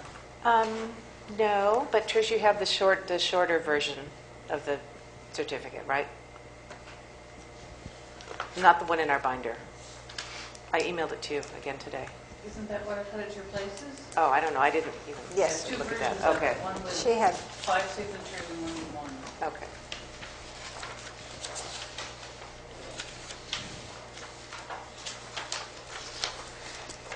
Okay. So did we in fact approve this last time? I think we did. I think we just extended it, continued it to allow the document to be prepared. Oh, it was ready. Right, you didn't have anything in front of you last time. We did. This time you did. Maybe I did, but nobody else did. So I'd Held on. yeah, I'd like to make a motion that we approve this and that Trish send it out ASAP. The letter. Yeah, Okay. and that it be presented to them at the next city council meeting. I second and wonder who will among us be with them to take the picture. I'll take the picture, and Ernest, you make the presentation. The rest of us are invited, even if you... Yeah, I think, again, the folks put an awful lot into that building at a time that economic times are kind of tough. It has significant effects on the city, the state, the nation, and these folks stuck their necks out. We had a real nice place out there, and it is an entryway to the city type project because that's where you split to go down Main Street, 3rd Street, or 4th. And since they're there, I think it's popular because you can't find a place to park on Saturday mornings. So, we have a motion, we have a second. We have a call for a vote. Commissioner Guibert? Aye. Commissioner Galarte? Aye. Commissioner Garrett? Aye. Commissioner Medeiros? Aye. Commissioner Franco? Aye. All members of the commission being present, the motion as stated by the maker passes unanimously. Okay, that's good. Okay, we have some discussion items now. There's several of them. The first one is the Ambrosio Vista PUD. Staff. Yeah, Mr. Chair and members of the commission, this is just kind of a staff report to kind of give you a little background. The applicant recognizes that the 40 unit was inappropriate for the type of housing that is subject to San Juan Bautista, more rural in nature. So they've revised it to 27 lots. They'll be upgrading and updating the traffic report and the various reports, and then we'll be bringing that back to you with the initial study and rehearing for consideration. I've attached the conditions of approval so that you can kind of get familiar with the conditions of approval that was applicable to the 40 units. A lot of them will still be applicable, some of them will not. We'll revise and go through those. Can I ask you a question about number 4? Well, a couple of things. The homeowners association, are we going to have them do that? Or are they going to create a landscaping and lighting district? They're going to create a landscaping lighting district similar to the Creek Bridge. Yeah, right. And the other thing is the parking, no parking conditions within the fire lanes of Nicholas Circle. Is that going to be like Las Palmas? No, the new Nicholas Road is going to be a standard street with parking on both sides and 2 travel lanes. So it'll be a regular cul-de-sac. Okay. So we won't have to get into that fire lane where we got into the argument you can't park because the streets were narrow on the PUD. Okay. Mm-hmm. So it'd be more conventional, like a regular city lot. Okay. And would we stipulate, I guess we wouldn't, whether they have to be owner-occupied? I don't think you can. Yeah, you can't, okay. They got to be individual lots. Yeah. Right? Individual lots, yeah. Mm-hmm. Okay. Yeah. That's it. Mm-hmm. Those are things that we can talk about when we get into the PUD and the approval of it, you know. Yeah, we can ask. We can straight out ask them. Mm-hmm. I think the intent is that they want to market it for individual ownership. And hopefully they're not just second homes. mm-hmm, yeah. Okay, next one, the Christopher Minor subdivision. Again, the applicant has submitted their application for a subdivision on the 28 acres. This involves a little bit more complications in the fact is that it's outside the urban growth boundaries. We're going to have to adjust that. Currently, the urban growth boundaries is at the limits of the Creek Bridge subdivision, so we will be coming up with the initial studies and the findings to support moving that out to, and Matt has prepared some maps, and we showed you where the existing lawn is on the first plat map, and then the second plat map shows where it will be extended out to.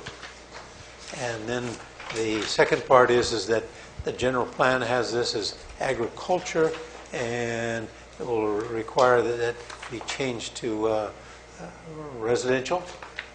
And that residential, you can put it R1, R2, R3, you know, depending on how they lay their lots out. If they wanted to have some multiples in there versus R1s, it's up to the applicant. You know, they're just going to submit theirs. And then the fourth plat is the rezoning, and then the rezoning would have to conform to the general plan change. And so we'll be doing the necessary reports, and then the applicant will come forward with they've submitted most of their justification, traffic reports, soils reports, and stuff like that, and we're going through there to assess how that's going to affect those 3 elements as well as the tenant map. Okay, any questions? Okay. Oh, I do, when we get into this in depth, could we please have copies for what the responses are from the school, the fire department, you know? Sometimes I feel as if we've been missing some of those, and and if the entity like the school does not respond at all, at least we need to know that they received a letter from us and that they refused to answer. And I'd like to see those copies. Okay, yes. We could have done that with ARCO, I think saved a lot of grief. Okay. Annexations update. Just to bring you up to speed, there is the annexation procedure is a petition request to the City Council.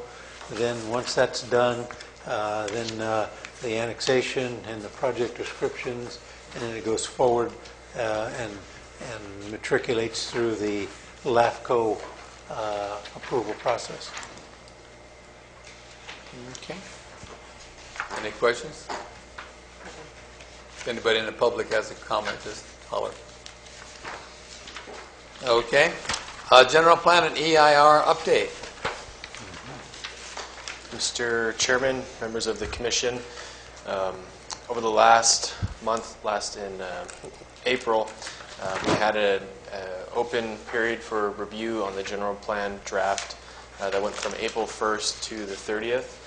We have received the comments from that period from both the public, from this commission, and from the General Plan Advisory Committee.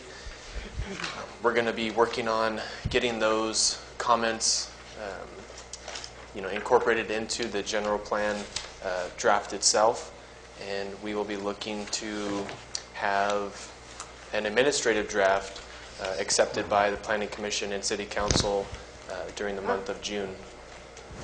And so kind of the next steps looking out that we need to start preparing ourselves for is an environmental impact report, or EIR, with this general plan update. So once we have a accepted draft by the Planning Commission and City Council, that draft will then go through the EIR process.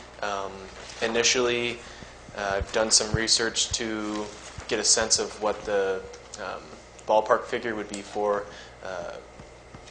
outside consultants to work on that type of project, and the range was from about $100,000 to $200,000.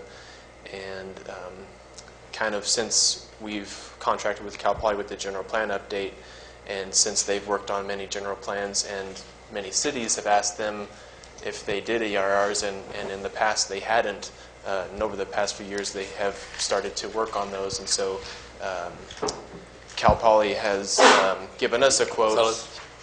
For $70,000 to do the environmental impact report. And so that's just something I wanted to kind of update you on, as far as that being the next step in the process after we kind of get the draft finalized and kind of in good condition, and that would be the next step. I think that's all I have on the general plan. Any questions on this? No. Public? No. Okay. Was that? I'm sorry. My only comment is that I want you to really pay attention when you go through the maps on page 1.8, and that is the sphere of influence. I know when we initially were discussing that, we were up at the St. Francis Retreat, up San Juan Canyon, and we were out there, and I want you to kind of refresh that so that the new sphere of influence reflects what you want. Okay? No. Okay. Did I cut you off? Or? No. Oh, no, I was okay. Yeah. going to say something, but I... Last item, Cal Poly Studio Projects.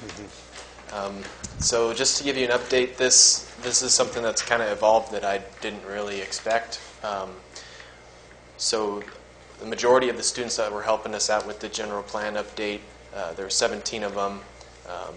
most of them are finished with helping us on that, and there's a few that are going to be sticking around to make the necessary updates that we've heard from the public and so forth.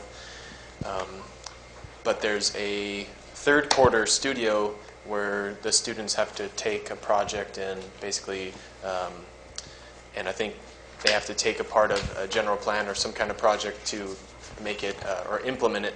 And so this is great because we have 7 students that have identified that they want to implement parts of the draft general plan. And one of them that we already talked about this evening was updating the San Juan Bautista design guidelines, and the work that the student had put together on the sign portion.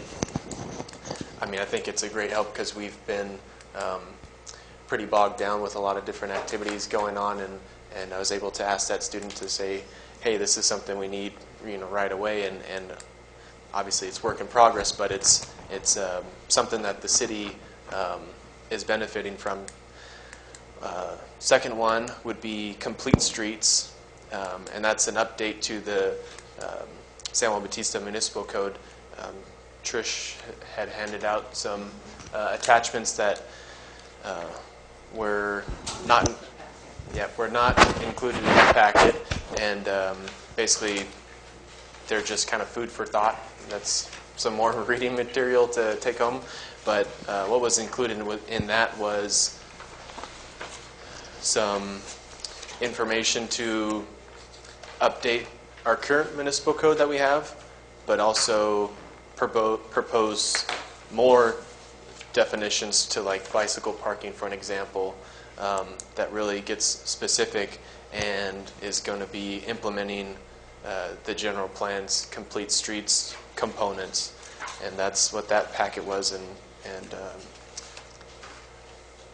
I recommend going through it. And then if you have any questions, I plan to have that student come in and present probably at the next meeting. Kind of depends. They have a pretty tight time frame, so we'll see how that goes. The third one is a bike master plan, and so a lot of funding sources out there that tie into bike projects and bike paths and multi-use paths.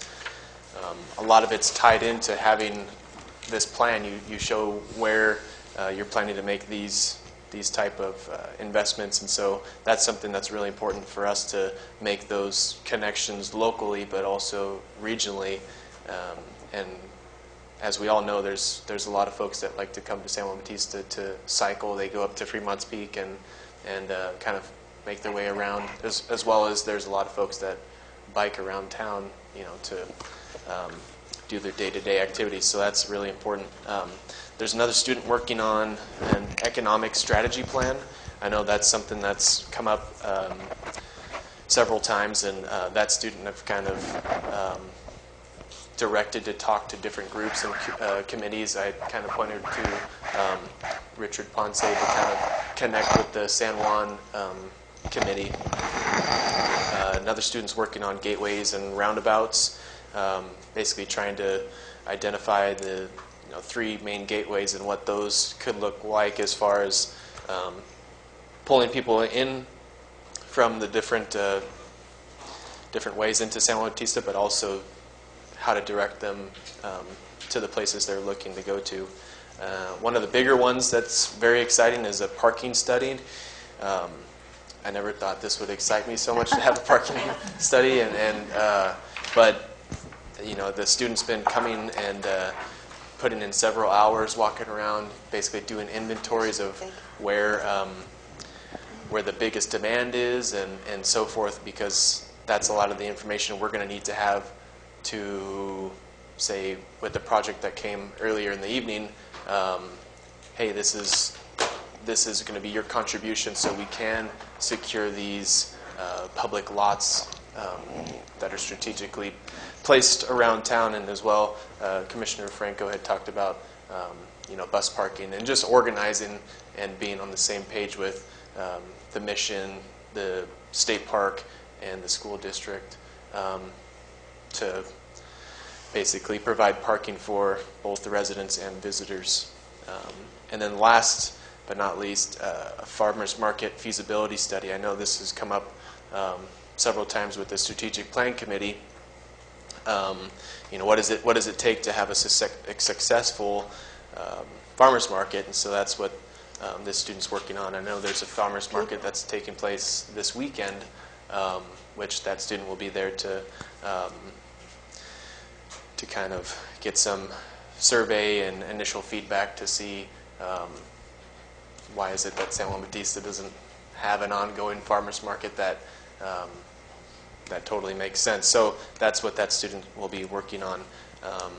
So yeah, it's just very exciting to have these students working on a lot of these different little specialty items, and they'll all be brought back to the Planning Commission when they're kind of either they'll be presenting them or they'll say, hey, here's some of the information. Hopefully it's useful, and that's kind of what I've pushed for each of the students. The more that you can engage with folks that are going to be able to use that information later, the better, because you can just come up with a study and then it can just kind of get thrown into the recycling bin, or you can have something that's really going to be successful. And that the student working on the parking study, I feel that's going to be really beneficial for the city, since that's something that this commission has identified as one of the bigger issues that will be going to council later this month. So, thank you. Okay, future agenda items. I think that's all we've been hearing tonight. And in June. And in June. Plan for another meeting. Should we start at 5 o'clock next time? And it's later in the month, so we'll have to hurry. We'll talk about the sign ordinance. Okay, so, yeah, this got a lot of stuff. I mean, it's a time in the history of San Juan Bautista we're going to make major changes. Okay, comments. Commissioners. None. Commissioner? The farmer's market, is that, they're having one? yeah, I got something from When? there's a farmers market that's attached to some kind of, it's like some kind of health event that's going to be taking place at the tennis courts. There's actually Oh, a I flyer see. that's right on the door. Good. Yeah. Get that out in public. Mm-hmm. And this is completely off the wall. I don't know whether it's because I'm on the planning commission or not, but my fence has been hit by a major truck in the middle of the night for the third time. It took out 20 feet this last night. So major trucks are coming through town, 2 a.m., and wreaking havoc. not being stopped.